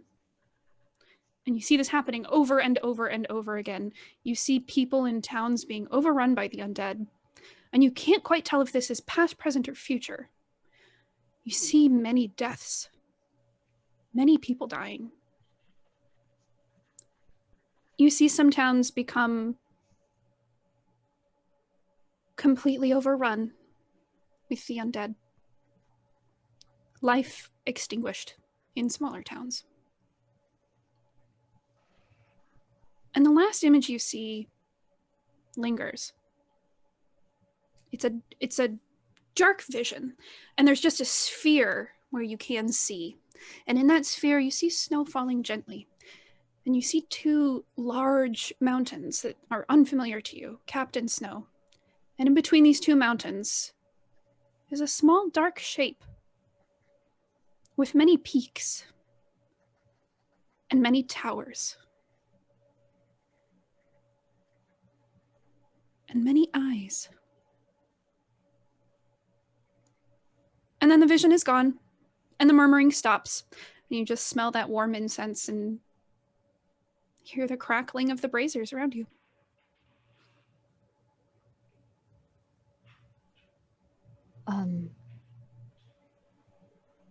That was not...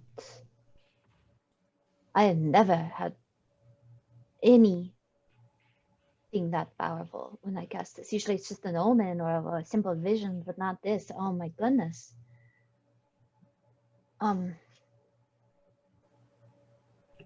That's what we've been dealing with. The images give you a sense of urgency. I don't know what it all means, but I saw these spires, this ice in a town, desert, a bog, a place with that seemed warm and inviting, almost like a rainforest. I saw something in a large square temple. I saw these mountains. I saw this spear. I saw so much. I think we have to stop this. I saw death on large scale. If you wish to see your families, they are all at risk, from what I'm seeing, and it could be soon. Usually the spell tells me what happens in a week. If that's happening in a week and there's thousands of undead roaming the earth, we have to go. We must. Where are we going?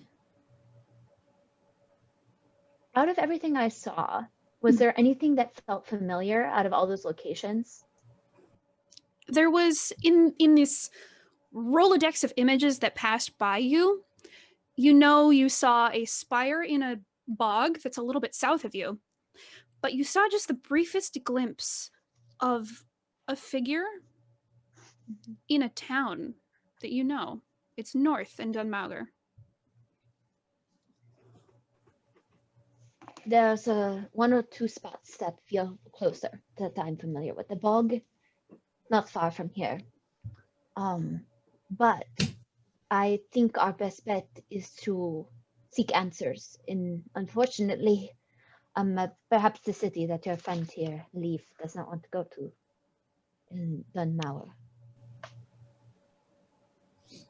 Leaf. Did he tell us what he saw fully? All that he said just now. He did, yeah. Only what he said just now. Mhm. No, so you see death and destruction. Do you see oral causing this? Did we bring back this with us? The thing is, I asked if oral was going to hurt people. Though I did not see oral, I was given answers. The answer seems to be yes. It On was a almost large like scale. a vomit of information. It was just a lot packed into a couple of seconds. It's confusing to sift through. Well, I say we go to Dunmauer. Leaf, do you think you'll be able to be okay? Yeah, I think I'll be fine. It's just, it's really close to the village that I don't want to go back to. Is there anything we can do? Can we disguise you? Can we hide you? Would that make you feel more comfortable? Yeah. I was Maybe just the looking through tall my one can put me on his supplies. shoulders and we can just be really tall goblin. Are you, Leaf? Are you feeling unsafe, or is it that there's people you just don't want to see? I mean, my dad kind of wants to kill me. Or at least he said he was going to. Not my frog dad, my goblin dad. So that's, Yeah. Through us. yeah, I don't think he could take all of us on. Unless he rallies the whole village, which, they won't know. They won't know. I put my hand on Leaf's shoulder and I kind of bend down. You're tiny, right? You're like short. I'm like 3 feet tall, I think. Yeah, so get down. Maybe I'll kneel down or get down to your level. And I go, hey, little one. I've had to deal with many mean parents. I oversee a lot of children, don't worry. Seems like your friends here and I will ensure nobody hurts you. And I just sit back up.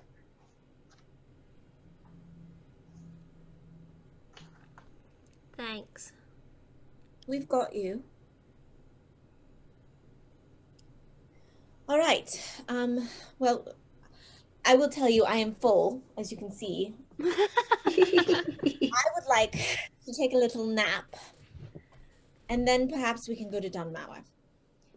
Yes, and should we get Leaf a disguise there? Is that the plan? I don't have a disguise kit, I'm afraid.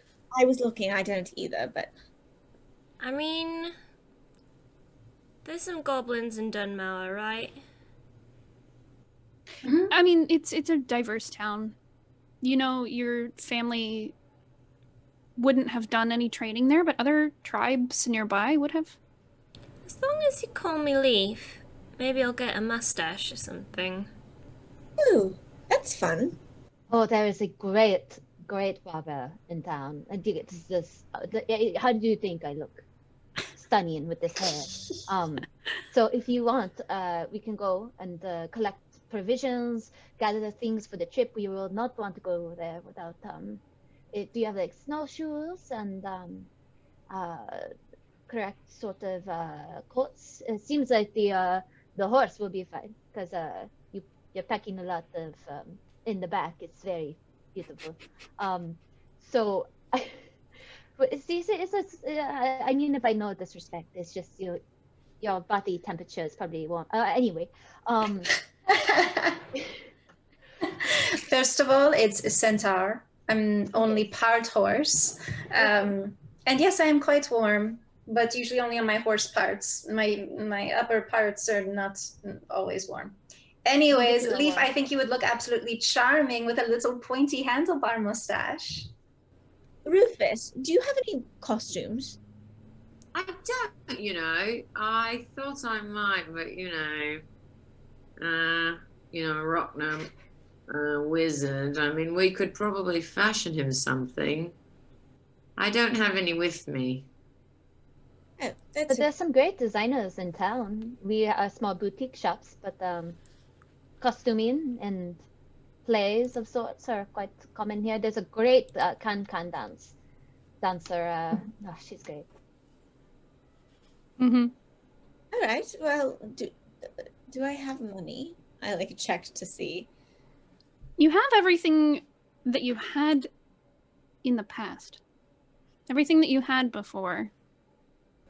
Well, then I have some money. We'll do some shopping, but perhaps a rest first. Mm-hmm. I will say, Daisy, as you're checking your pockets for belongings, you have everything you had before. Even the tiny little scrying mirror. Oh, the one to Deppin. Ah.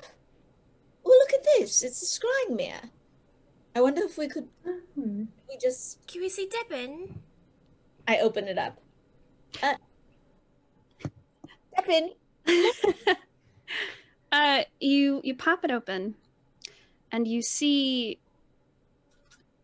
Tweed. Oh, I think I'm in his pocket. Deppin. Deppin. Deppin. And eventually, you see this furry little clawed hand just go. "Lip." Hello? Oh my God! Oh, hang on! And out of the pocket, you see Deppin's little face with his tiny little Nez piece glasses on his nose and his ferrety face. And he does this ferret wiggle that they do and they get excited. And he's looking down into the mirror like, oh my God, you guys are here. Oh, wait. Oh, where are you? We've been looking for you for so long. We are back in the real world, or the alive world, or whatever you call it, because your world's real as well. Anyway, we're back there, and it's snowy and cold. Wait, And what? You're where? Hello? Leaf's jumping up in the background, going 10 towns. Where Can you hear me? Hello? Can you hear? And he gets really close to whatever you're looking through, and you just see like his eye. He says, "Hello? Can you hear me? Hello? I can hear you. Can you Are hear you there? We're here. Hello. Hello? Hello? Yes, sir. I don't. They called me. No, I didn't call them. No, I don't know where they are. But do you want to talk to them?" And you hear this murmured voice in the background saying something with an excited tone. And he says, "No, hey God, I didn't ask them that yet. What happened out in the wastes? What happened?" We gave Neve to Anochek, and then we got sucked into a laser, and then we were in the snow. Hello? It's so annoying, the connection. Hello? Can he see us? Does anyone know, ferret signing? Hello? Did you just flip me off? What's happening? Can you hear me? I can't hear them. What does that mean? I don't know how to do that. Well, we can Oh, hear yeah. him. Hello, little one. I can. Okay, I'll tell them. Okay. I don't know if you can hear me. Give me a thumbs up if you can hear. Oh, okay. Oh, you can hear me. Okay, that's really weird. So sounds like our connection is bad. The connection to the realm of the living. So, you're gonna have to get somewhere where the veil is very thin, and then we'll be able to communicate better. But in the meantime, things here are okay. Your band of adventurers that you got all returned safely, and they took out pretty much all of the hags. But some of them retreated back into the wastes. The laser's gone. That big red light off in the distance is gone, which is cool. And there's a new cert. Levon found somebody. So now things are in balance down here. It's great. Yeah. About Alyssum. Yeah, I don't. No, I can't hear them. I don't know how to tune it. Alyssum? Sebastian or Alyssum? I don't know how to tune it. I don't under. What is this motion? I don't know what that means, Joven. Okay, so you can hear me. What does this mean? Yes, my fur is looking very nice. Thank you for noticing. I went to a groomer. Thank you. Bye. Goodbye. This is goodbye. Oh, bye. Okay, get somewhere closer. I don't know what that says. Okay, get somewhere where the veil is weaker, and then we can talk, I hope. Okay, bye. Daisy closes the thing.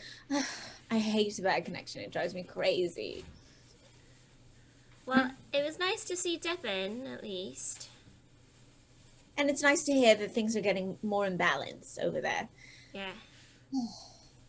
All right. I need a nap. I think I do too. So I lay down and take a nap. Well, Jacques, are you going to do that thing you do, or you need a nap first, where you're looking for our friends? I have to be honest, I think that I'm spent after that interaction. It's quite strong. Yeah, it was a lot. Let's go to Also, sleep. that's it. I just like go to bed questioning what I just saw. That was amazing. You do know the name Sirt because it's someone who works directly with your goddess. They work in tandem. They are almost twins in a way. They do the same thing but in different realms. So when someone dies, Blanca has people who send them and their souls into the afterlife, and there is where Sirt sorts them and sends them where they need to go. So they work together. You know of this figure, and you recognize the species that was talking in that little mirror. It's a fenling, and they're not as common anymore, but they're basically gnome-sized ferrets, a little bit taller. Yeah, you've seen fenlings before. Then I go to sleep joyous and curious and excited. So do you guys I like walk around and I prep your beds and ask if you need anything. So Daisy's snoring already. If you get a moment, can you ask Blanca about Sebastian? You don't have to you don't have to do any magic, just, let her know that if she knows where he is, to keep an eye on him. I promise. Thank you. You're welcome. Your friend will be okay. And also maybe ask her about Alyssum too. But Alyssum is capable of taking care of herself. I don't know how well Sebastian can do that. Especially if there's people trying to eat him. Who eats frogs? Oh. Have you eaten frog? No. I'm tired. I'm going to go to bed now. Okay, good night. Good night. And you all take a long rest. You can reset your character sheets after a long rest. You sleep. It's about noon now, but you're all exhausted for various reasons. You sleep all the way through the night and into the next morning. Your body needed a rest. And you wake up without incident. Oh, this is the most comfortable cot I have ever slept on. You're so cozy in here. It's nice and warm. There's a sense of peace in this temple. And Valara, even you feel it. There's this sense of just rest here. It reminds me of some place that I think I used to know. It's very nice. I'm just burrowing in like big, thick down blankets. Ah, you're all awake. I'm an early riser. I hope you don't mind. I put together a whole oatmeal, sort of pick and choose as you wish, all different toppings. I look at Daisy. Do we mind? We're ready for more. Oh, well, I have what I need at my fingertips. I might as well treat guests to the best sort of meals and environment possible, because I must be honest and frank. Once we begin journeying out of the town that I take care of, I don't think it's going to be quite so luscious at my hands. Merci, Jacques. As long as we're being Yeah. luscious, I don't suppose you have a breakfast in bed tray? It's been a while since I've done that one. Oh. Artemis! Where's Artemis? and Yeah. and your little calliope. Did they not make it? Do I have to rebuild them? No. They weren't in the snow with us. They're probably with Sebastian. Maybe they're all on their own adventure together. I bet they're taking very good care of Sebastian. Artemis is tough. Can you search locate object? Technically, they're objects. Yeah, I tried I to guess do they- Beast Bond. It didn't work. Jacques, do you mind doing a locate object for a tiny hummingbird? If perhaps I just misplaced Calliope. Artemis, I can't quite misplace. Yes, if you draw a picture, I can attempt to find the object. Yes. Roll a performance. Oh. Let's see how good you are at drawing. Okay, let's give it a try. I've rolled 12 every time I've rolled this time. Perhaps Rufus, you can give me a hand. You're a much more talented artist than I am. Rufus, perhaps? Do you want to help? Yeah, why not? Let's see what happens here. And I'm not that good. My hand is hurting. I practiced guitar last night before bed. So I have an 8. You know, I'm actually not a terrible artist myself. There's just a bunch of people crouched over these pieces of paper trying to draw what you think is a bird. Yeah. So, And it's got that thing there. well, I rolled a 22 for my Valara, performance of By drawing. far, draws the nicest looking articulated hummingbird you've ever seen. And you get the sense that you could definitely use this drawing to try and locate Okay. object.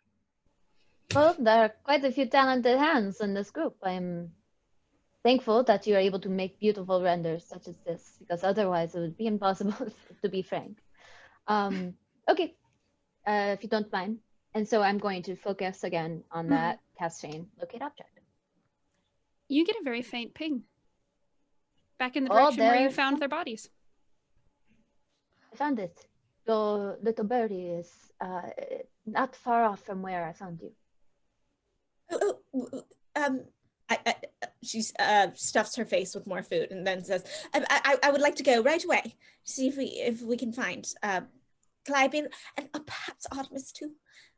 Yes, allons-y, let's go. Allons-y. Sweet. Sweet. Come on. And I kind of quickly throw on coats if you guys need them. Yes, I'm packing a to-go breakfast and putting it in my saddlebag so I can just reach down and just eat yummy things on the go. Of course. A ham and cheese croissant this morning. Will you Ugh, put croissants in there just for me for the road? of course. And I make good berries. If anyone wants one. I would love a good berry. Thank you.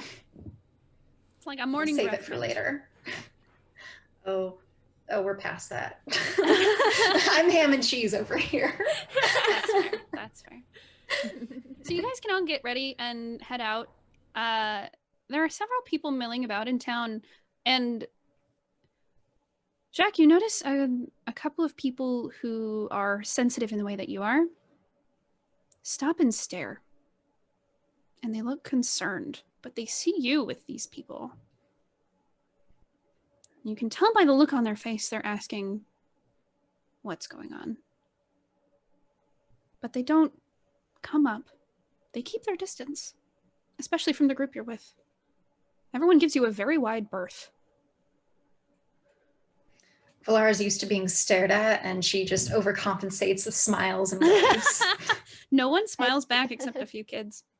Oh, As they're running through, before we leave the town center, I want to turn around and go, everyone, I would like you to gather who you can and meet us at the temple very soon. Thank you. And I just kind of give like a nod and shout it out in the main street and continue with them. Most people know you in this town, so they comply. You see people starting to look to each other in confusion, but they gather their loved ones and begin to head to the temple as if they're expecting a morning mass of some kind. So you head out and you follow the direction of where you felt that ping, and you head back down the cobblestone streets, back out that giant log gateway, out into the snow. A couple minutes pass. Thankfully, you've all gathered cloaks and coats and things that were left in the temple for people who needed them. And you head back to the patch of snow where you found these people. Can everybody make an investigate check?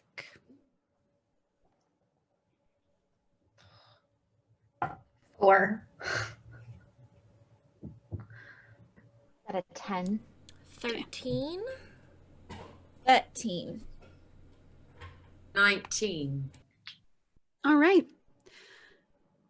Valara, it's a lot of snow, and it's a little you don't have snow blindness, but it's almost that like, oh god, it's so bright with the sun bouncing off the snow. Ugh. So you just squint and kind of look around like, oh, there's a bunch of trees here. How nice. Right it's when nice you get to- dark vision and you don't need it. Yeah, it's nice That to see face a you make. vibrant green though. You see the green of new life. And it's so Is it nice. almost spring here? I ask Jacques. Jacques, from your knowledge, it should be almost summer. The seasons are not consistent. That is strange that you even found the ounce of life in the... Been there for a My while. 13s and my 10, you dig around through the snow and you see, after just clearing a path where you found the bodies before, you see a pile of metal, a large one. It looks deconstructed, but all of the pieces are there. And Rufus, with your 19, you're digging around right next to the group. You just have a hunch. You keep digging and you go over towards a tree and you just part the snow and you find a small pile of deconstructed metal. Oh, I think these are the pieces of Artemis. Oh, fantastic. Wait. And I start putting the one. That worked for you. And She Rufus, was ready to find it. yeah, Rufus points out that there's another small one nearby. Oh, there's another. Oh, yeah. There we go. It's right there. Is this little? I search Right. through the tiny pile that Rufus finds, and in the middle is the ruby heart that is Poppy's heart, and then fantastic! Oh, I'm so joyous! And Daisy picks up all the pieces of both Artemis and Calliope. I will build them again. You see this young woman standing there with these massive packs that are just overflowing with bits of scrap metal of all kinds, and they're almost as big as she is tall on the sides. Would you like some assistance carrying that back? Yes, yes, yes, my Calliope. Yes, my I can help as well carrying the heavy load. So I take whatever chunky pieces. Yeah, that- between the three of you, you easily manage to carry all of it. Leaf's kind of lingering and like wandering around and like looking to see if there's any more imprints in the snow. That Make another investigate check. I'm going to investigate too. Or perception. I'll allow you to do either. I whisper to Daisy, do you know much about frogs? Are they cold-blooded? well, perception would be 22. Okay. Daisy, was that a... I No. rolled a 2, I rolled a Okay. 12. Okay. which means 5. 5. Excellent. With your 22, Leaf, you're looking around trying to find signs of your missing party members. And you don't find any signs of a body having been moved. And granted, it snowed all last night, so a bunch of it has been covered over, but you don't find... You sift through the snow and you look underneath at the ground, and you don't find any tracks of anything being dragged either. You don't find any clues that Alyssum or Sebastian might have been here ever. Leaf, when was the last time you saw Sebastian? That was in our battle with Neve, no? Yeah, when he was a hawk. Mm. And I lost my concentration and he didn't come back down. So I figured if we got shot up here, then maybe he got shot up here. Maybe he was still a hawk. I'm gonna like look up at a tree to see if there's a frog in a tree. You don't see a frog, but you see several crows, and they're all just looking down at you and cocking their head. Do you think we're closer to, this is where we ended up, so perhaps the veil is thinner here. Should we try jumping again? All right. Ugh, I hate this thing, but... Deppin'. You call for a second, and eventually you see it come out of the pocket of Tweed, and he gets very close. It's like he doesn't quite know where he should be holding this thing to be able to talk to you. And he says, hello? Hello, can you hear me? Can you hear me is the better question. Hi! Oh my gosh. Hi, friends. Hello. How are you doing? Are you all okay? Where are you? What's going on? I see snow. Yes, we're in 10 towns. 10 town. 10 town. 10 town. Yes. 10 town. Oh! Wait, so you're like... Up, yes, but in the realm of the living, I've... Oh, wait, how are you there? We got shot in by that laser after we gave Neve to Anachek. Oh, Anachek. Yes. Anachek. I know that name. I have to do a little research. I do love research. I'm just saying, I'm pretty good at Such too. I think he's the brother of Anna Walt, maybe. Who's Ada Walt? Well, is a god of sun and terror and Anatole? things. Man, you mean Anatole? Maybe. Anatole's brother was Etoll, right? Yeah. Yeah, they're the like light in the dark. Oh yeah, you know what? Listen, memory's gone from a little back in the day, so you Oh. know. What does this mean? It means that I love to play the harmonica. Don't worry about it, Declan. Oh, I've played a harmonica before. I'm not very good at it. Definitely. Yes. We Sebastian seemed to have gotten lost in the plane of penitence when we were fighting Neve. Would you be able to get some people on a search party? Oh, Sebastian the frog And Alyssum. oh. as well. Although Well, I let me answer one at a time because I think there's someone that you should see. And he turns the scrying mirror around. And on top of a pile of books that's on his desk, you see a tiny shape. A little green jelly bean. A little frog. It's my Little brother! folks. Oh, thank goodness. And you see the corner of him come back into frame, and Deppin goes, "Yeah, he's down here. He didn't get sorted, so I just kept him in my office, and now we keep each other company." How'd you get all the way over there? Huh? He just showed up in the sorting place? No, he didn't go through the sorting place, but he I mean, he's passed on now. Oh. Yeah. That makes sense. Well, I'm glad he's got company.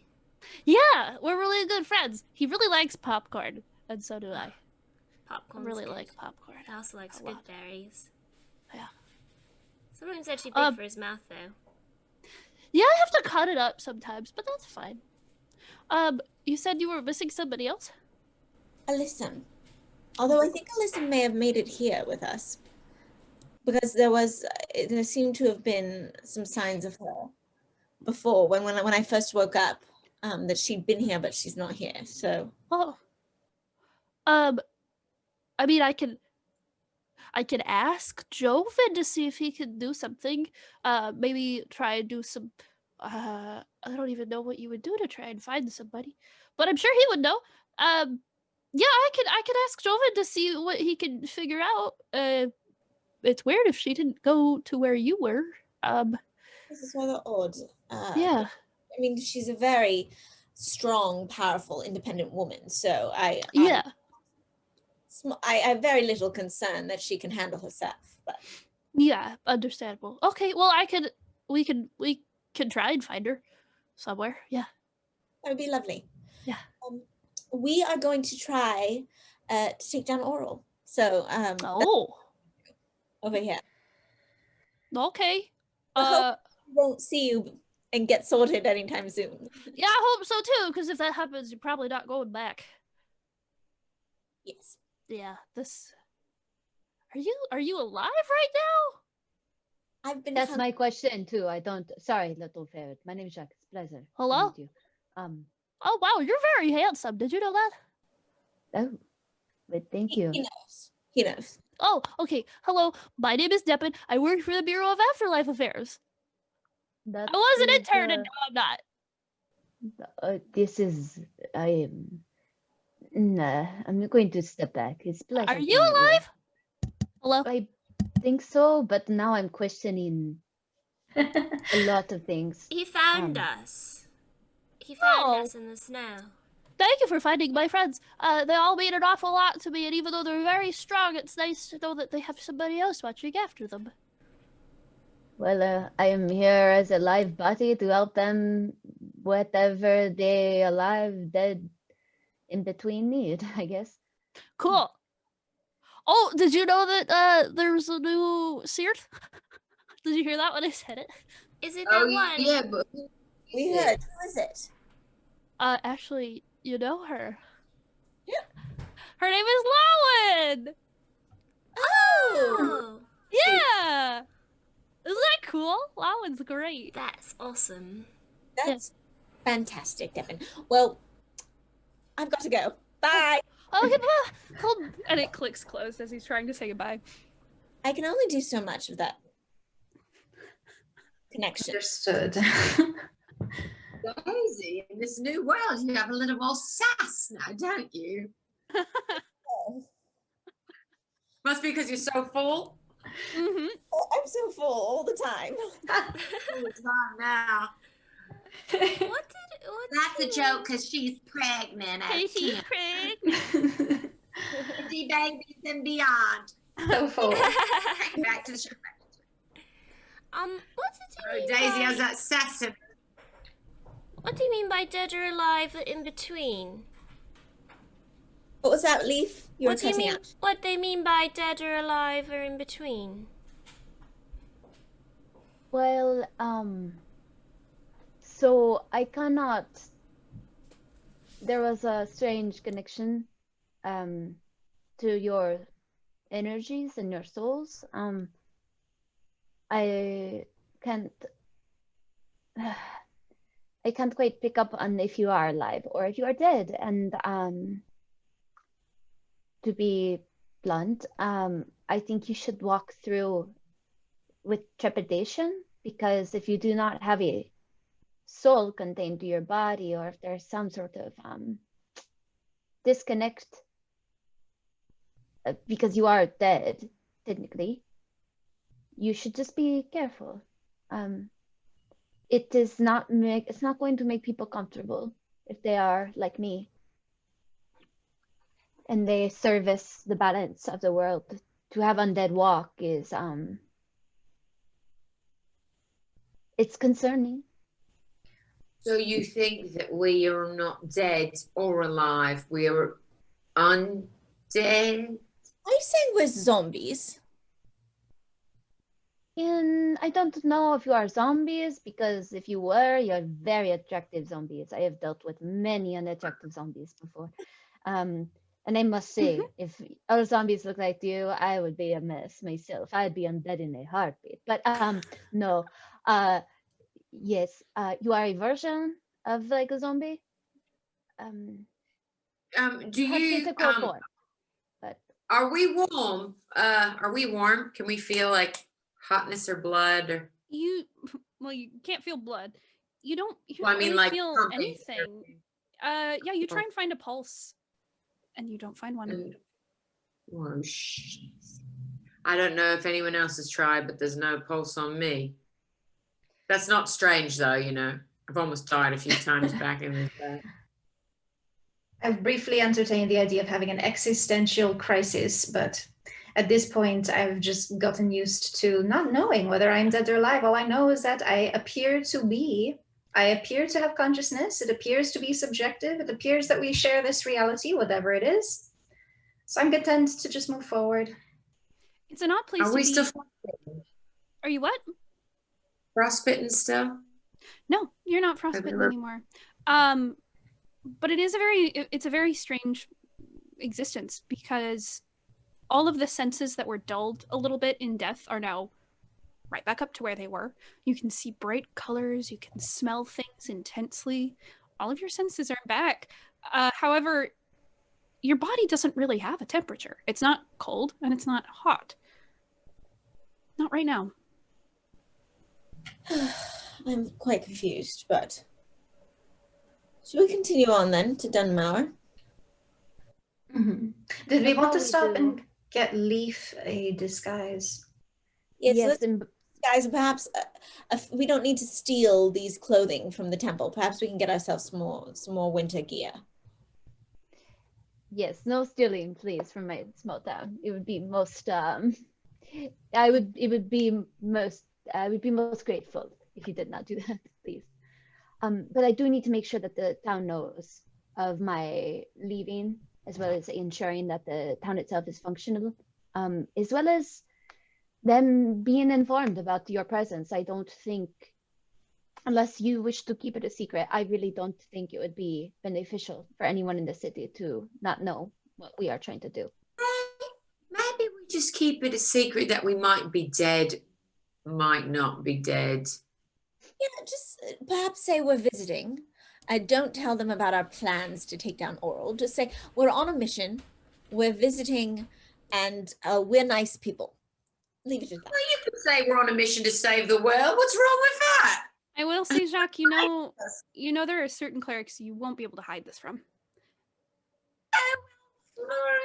Okay.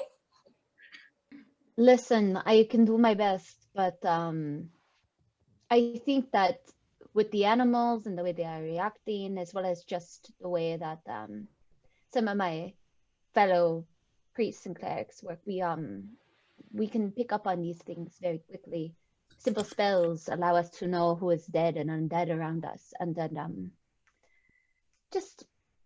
I cannot make promises and I cannot tell lies, but I will do my best. Maybe we shouldn't lie. We just, we're your new friends, and as long as they know that, then whatever they find out, so be it. They don't need to know. We have good energy. Yeah, because, like, I don't feel dead. I feel pretty alive, aside from, the food thing. So it's not like I don't feel scary. Do you guys feel scary? Well, the dogs hate me apparently, but and Daisy, do you think that's because we're not alive? Perhaps. I don't know. Animals used to love me. Oh, I hope Artemis and Calliope still love me. They aren't really animals. Then That'll be yeah, awful. I guess when we go to town, I just wish to just to do that. It won't take long, I promise. So Maybe you have a family member who you're going to see who could maybe sew something, or we could borrow clothes. when you say family, Jacques kind of like goes up against a train dramatically. Like, just poses for a second. Oh my god. Jacques, Like the cover of a romance novel of a man Your in hair is deep really- despair. your hair is really Wind billowing. The winter blowing. wind. There's just a spot of sun that finds his face, glows on his high cheekbones. Listen, I don't go that way. I do have a friend for you, but we saw him in the afterlife. You know what? If you were dead, well, anyway, but if I was, For now, let's not This- speak of love and family. That's a hard Oh, no, topic for no. me, if that's okay. you don't want to talk about it, Not right now. that's all right. The barber. To the barber. For Leaf's mustache. Yes. All right, you bring them to the barber, and they have this little, you can always tell in town where a barber is because they have this little rotating mobile that has ribbons of red and blue that go in a spiral. And you bring them in, and the same old gentleman, this tiefling that's been cutting your hair for years, is waiting. There's another person in a seat, and one of his assistants is working, but he knows if you come in, he's working for you. And he claps over with his cloven feet, and he holds out his arms. Ah, Jacques. It is very nice to see you. Ah, Oh, hello, it's old good friend. to see you too. Yes.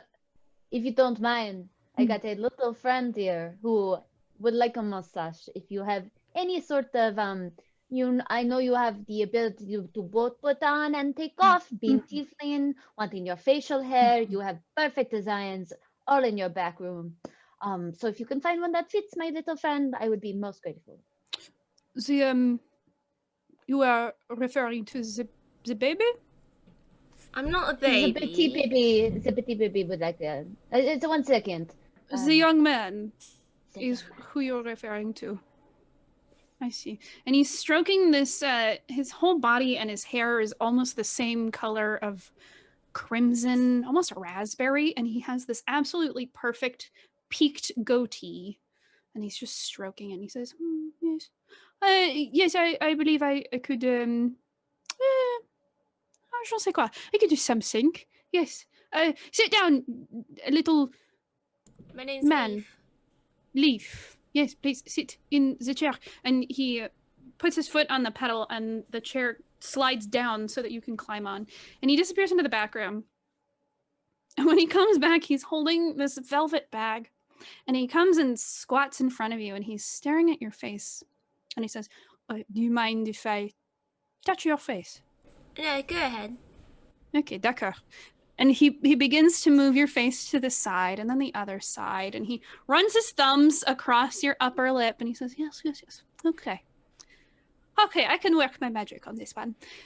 And he gets to work with this like glue that has a little bit of a sheen to it. So, you know, there's some magical property happening here. And he almost perfectly imitates his own facial hair. He gives you a pointed goatee and it comes out to a point about here. And then you have this beautiful curling magenta mustache. Little handlebar mustache. He gives you eyebrows as well that match. A little thicker. And they end in a slight curl as well. And he leans back on his haunches and he looks up at you, Jacques, and he just goes, Très bon. Parfait. Merci. Je sais. It's smart. You're a magic worker. I know. Pierre, you are fantastic. I just Thank you. Yes, I know. You know, we used to think he looked like a little baby. I had a memory back anyway. We used to call him a baby, didn't Yes. we, guys? Now, this baby is a man. Leaf, how are you feeling?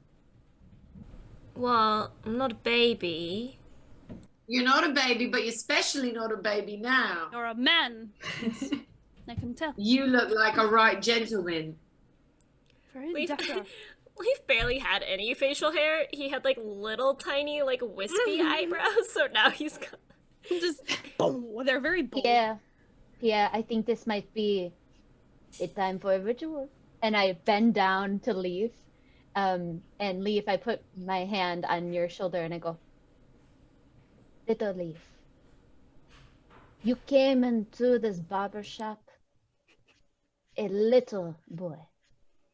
But now you are a man.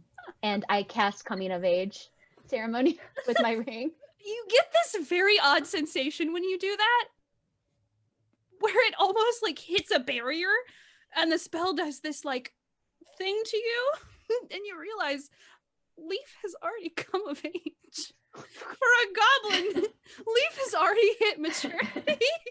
So, as much as people think that Leaf is a child, Leaf is actually like an older teenager in goblin years. I thought he was 11. In goblin years, that's maturity. He's already hit it. Yeah. Pat Leaf's shoulders awkwardly and stand up. And I whisper, lean over to Pierre and I go, he is much older than he looks. Yes, goblins they age very quickly. Yes. Yeah, He's I'm not an a baby. adult. We know. You We certainly look like one now. Yes. If I had to Yeah. say so myself, I did quite a good job. Well, As usual. please forgive me for that moment. I'm going to step outside. You do You're look just quite standing dashing, there. Leaf. But how does it feel? Feels interesting It's very silky. and very soft. You're looking rather smart, Leaf. May I? Oh. He's like looking in a mirror in the barbershop mirror and it's just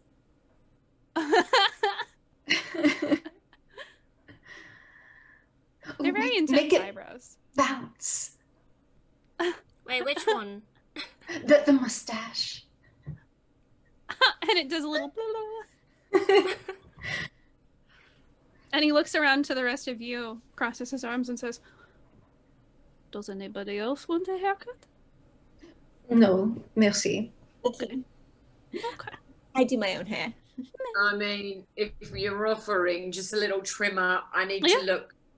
I mean, I don't want to say the general term of a star, but I need to look like one at all times. Yes. Do you want any kind of coloring, anything special? Maybe a streak, you know, like I want a little like. Like Paul an electric McCartney. blue. Sure. So, sit in the chair. And he leads you over to a chair and helps you up into it. And he gets so excited. He goes around your face. He says, oh, may I touch your face? Of course. Yeah, And yes, when I said, by the way, when I said Paul McCartney, I meant Paul McCartney Yes, he knows exactly who you're talking No. about. in my village. Really Yeah. great, Yeah. funny accent. Yeah. Mm-hmm. He's a member of a band called The Insects. They're very popular. Yeah, I didn't Uh-huh. know. Yeah. Yeah. Oh, he's a big fan. He's a big fan. Yeah. Paul McCartney. So he gets to work snipping at your hair, giving it a good trim. And once he's done his magic, he turns you around to face one of the giant mirrors on the wall, and you see your hair has been cut short, but it's also got a little bit of a peak. Not quite tall enough to be a faux hawk, but there's this streak of electric blue, and it's done in a lightning bolt on the side of your head. I feel like I've gone back 20 years. What do you think, guys? It very much suits you, Rufus, I have to say. Look like a rock star. A rock rocker. Yeah. It's very, very cool. I can't stop looking at myself in the mirror, and every time I turn, I like turn back. Do the You know, it's, you know, it looks great. Thank you. What's your name again? My name is Pierre. Pierre. Pierre. Can I pay you for your efforts? Can I? I would not say no. Just a little tip, you know. Take Come on. out what is a tip these days? 5 GP. What are we talking? Well, that's 5 gold. This would probably be something in the gold. like copper range. It's not. If you really like it, you can definitely give him 5 gold, but that's a little more expensive. Something. Yeah. I need to change them anyway. I take my guitar, and whip it around, and I have my like, you know, pocket situation, or one of my knives, and I give him one of my strings. Okay. Which is made out of a metal Uh-huh. and I say, you know, I don't know if you know this, I never talk about it, but I'm a musician, and I want you to have this as your tip. Okay. Played it at the same venue that Paul McCartney played Oh. years later, but I was there. All right. Thank you. He stares at this Thank you. string made of pure silver, and he pockets it, and he says, "All right. Yeah. Will be a good story. You will. Thank you." Tell your kids. Sure. All right. Anyone else? For a little snip tip? No, we should really get moving, but thank you for all that you do. Our Yes, little of course. our little goblin looks perfect, and same with our gnome, so we appreciate you. Thank you. I appreciate your appreciation of me. Thank you. Okay. Au revoir. Yes. Okay. he waves you goodbye. And you find Jacques still outside. Well, Rufus is getting his haircut. Is there a chance that Jacques could just be kind of making sure the town knows what's going on, looping people in, just did a quick little talk to some folks outside of the temple so people are aware of what's happening? Yeah, so it takes about 20 minutes for Rufus's hair to be done as well. So you head to the temple, and pretty much everyone, minus a few people, have congregated inside, and you walk up the aisle, and there's a little podium at the very end, like in most churches, and no one's really sitting, but they all turn, and they're murmuring to each other, but they're waiting for you to speak. Yes, so everyone's busy getting their hair done. I just go, everyone, I have an announcement. I know that I am not by any means a leader of the town on the political lens, but on a spiritual lens, you all know that I take great pride in bestowing the balance of Blanca. I have been sent a message from her, sent people from outside of our city who need not just assistance from me, but our God needs assistance from them. So we must, and I must leave. Now, it might unsettle you in certain ways since this is my home and I protect you all. But I promise to at least connect as much as I can with Nonette, with Pierre, to check in and make sure that you're all taken care of, because there is trouble at that door. And there will be war. There's a lot of murmuring, especially when you say war, and especially when you say you're going to leave. And there are a lot of faces that you recognize, and they all look concerned. And eventually, a sandy-colored tabaxi steps forward, and you know of Jean-Paul. You've seen him before once or twice. he prays to the deity of Heron, which you know of, who's a deity of heritage and family. And though you don't know each other very well, he has a good reputation. And he crosses his arms and his tail flicks around behind him, agitated. And he says, "And what about those that you were with?"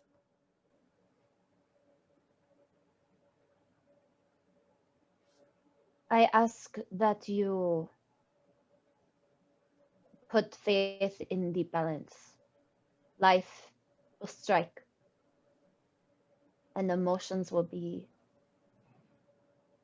hard to work through. But I am doing this to protect you all.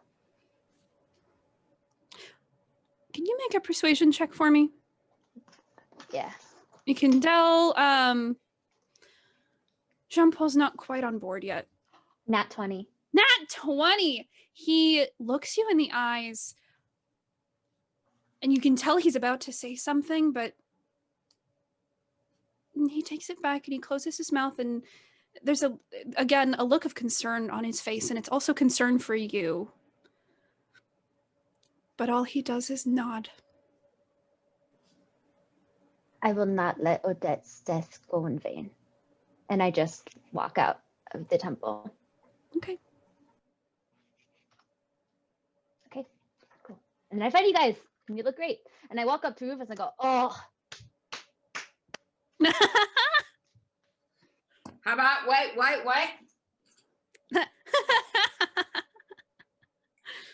You know, I had to That's keep so up with good. you, bro.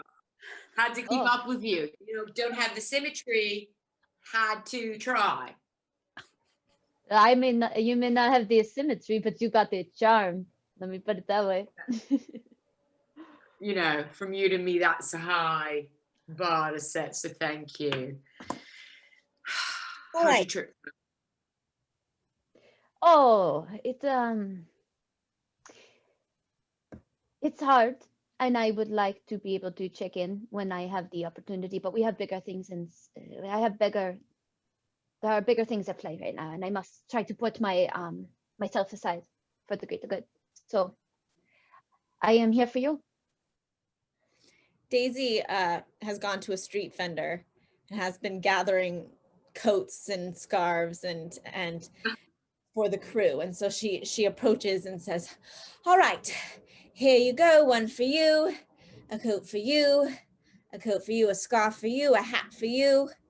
All right, I found this very warm fur. It looks like one of those like tall Russian." Yeah. And she puts it on Leaf, and it adds like a good foot to his height. You now have this giant conical white fur hat on top of your head with the mustache and everything. It is such a powerful look. You look like a tiny nutcracker.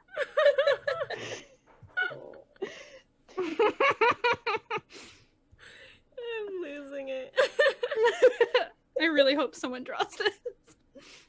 Tiny Leaf nutcracker. Oh, he's so handsome. Handsome boy. Thank Alright. you, Daisy.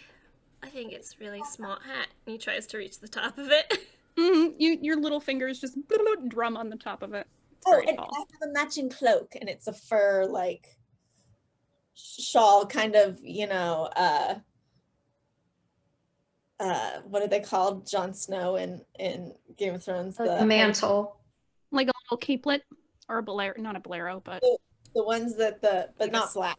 Mhm. A mantle. It's just like a Mantle fur or- shrug. Yeah. What's Jon Snow's job though before he leaves it? The Night's It's an Watch. Ward. Yeah. Like the Night's Watch guys, those fur things, Mhm, but mhm. white, and to match your hat, and Oh, Cute. thank you. adding volume to him. Mhm. I really don't think they'll recognize me now. Fantastic. That's what we're going for. Wait, who is this? Who is this little person? It's me, it's Lee. Baby, it's the little baby. I'm not a baby. Oh wow, you are transformed. Thanks. Huh? All right. He's Russian magenta stash. Is it a magenta stash? Mm-hmm. And eyebrows. Mm-hmm. And goatee. Someone's whole got to look. draw that. It's a whole look. It's a whole look. A white And fur. Mm-hmm. Valara is the name, right, of the centaur? Mhm. Are you comfortable as well? Do you have a coat for your arms? Do you feel Oh. ready to go? Did Daisy, did you give me anything? Okay. Yes, Daisy gave me this lovely cape that actually works quite well as a skirt for keeping me warm, at least on my horse parts. And then she also found another little capelet coat. I quite like ermine. Mm-hmm. That's quite good. I'm glad that you all feel equipped. Does anybody need anything else? I feel like we should set for the city. It will be a long walk. I think I we've think- got everything we need, right? Mm-hmm. Let's go. And with that, you set off on your long trip to the mountain city of Dunmauger. And we're going to end this episode right there. I love Leaf's new look. I Yes. love Leaf's new look. Thank you for testing my French accent. Oh my That god. was great. It was Perfect. good. And thanks so much for tuning in. Tune in next week to find out what happens. And thanks so much, Wishes of the Coast. See you all soon. We're Girls Guts Glory. Woo! Find us everywhere. Our website's girlsgutsgloryrpg.com. Bye.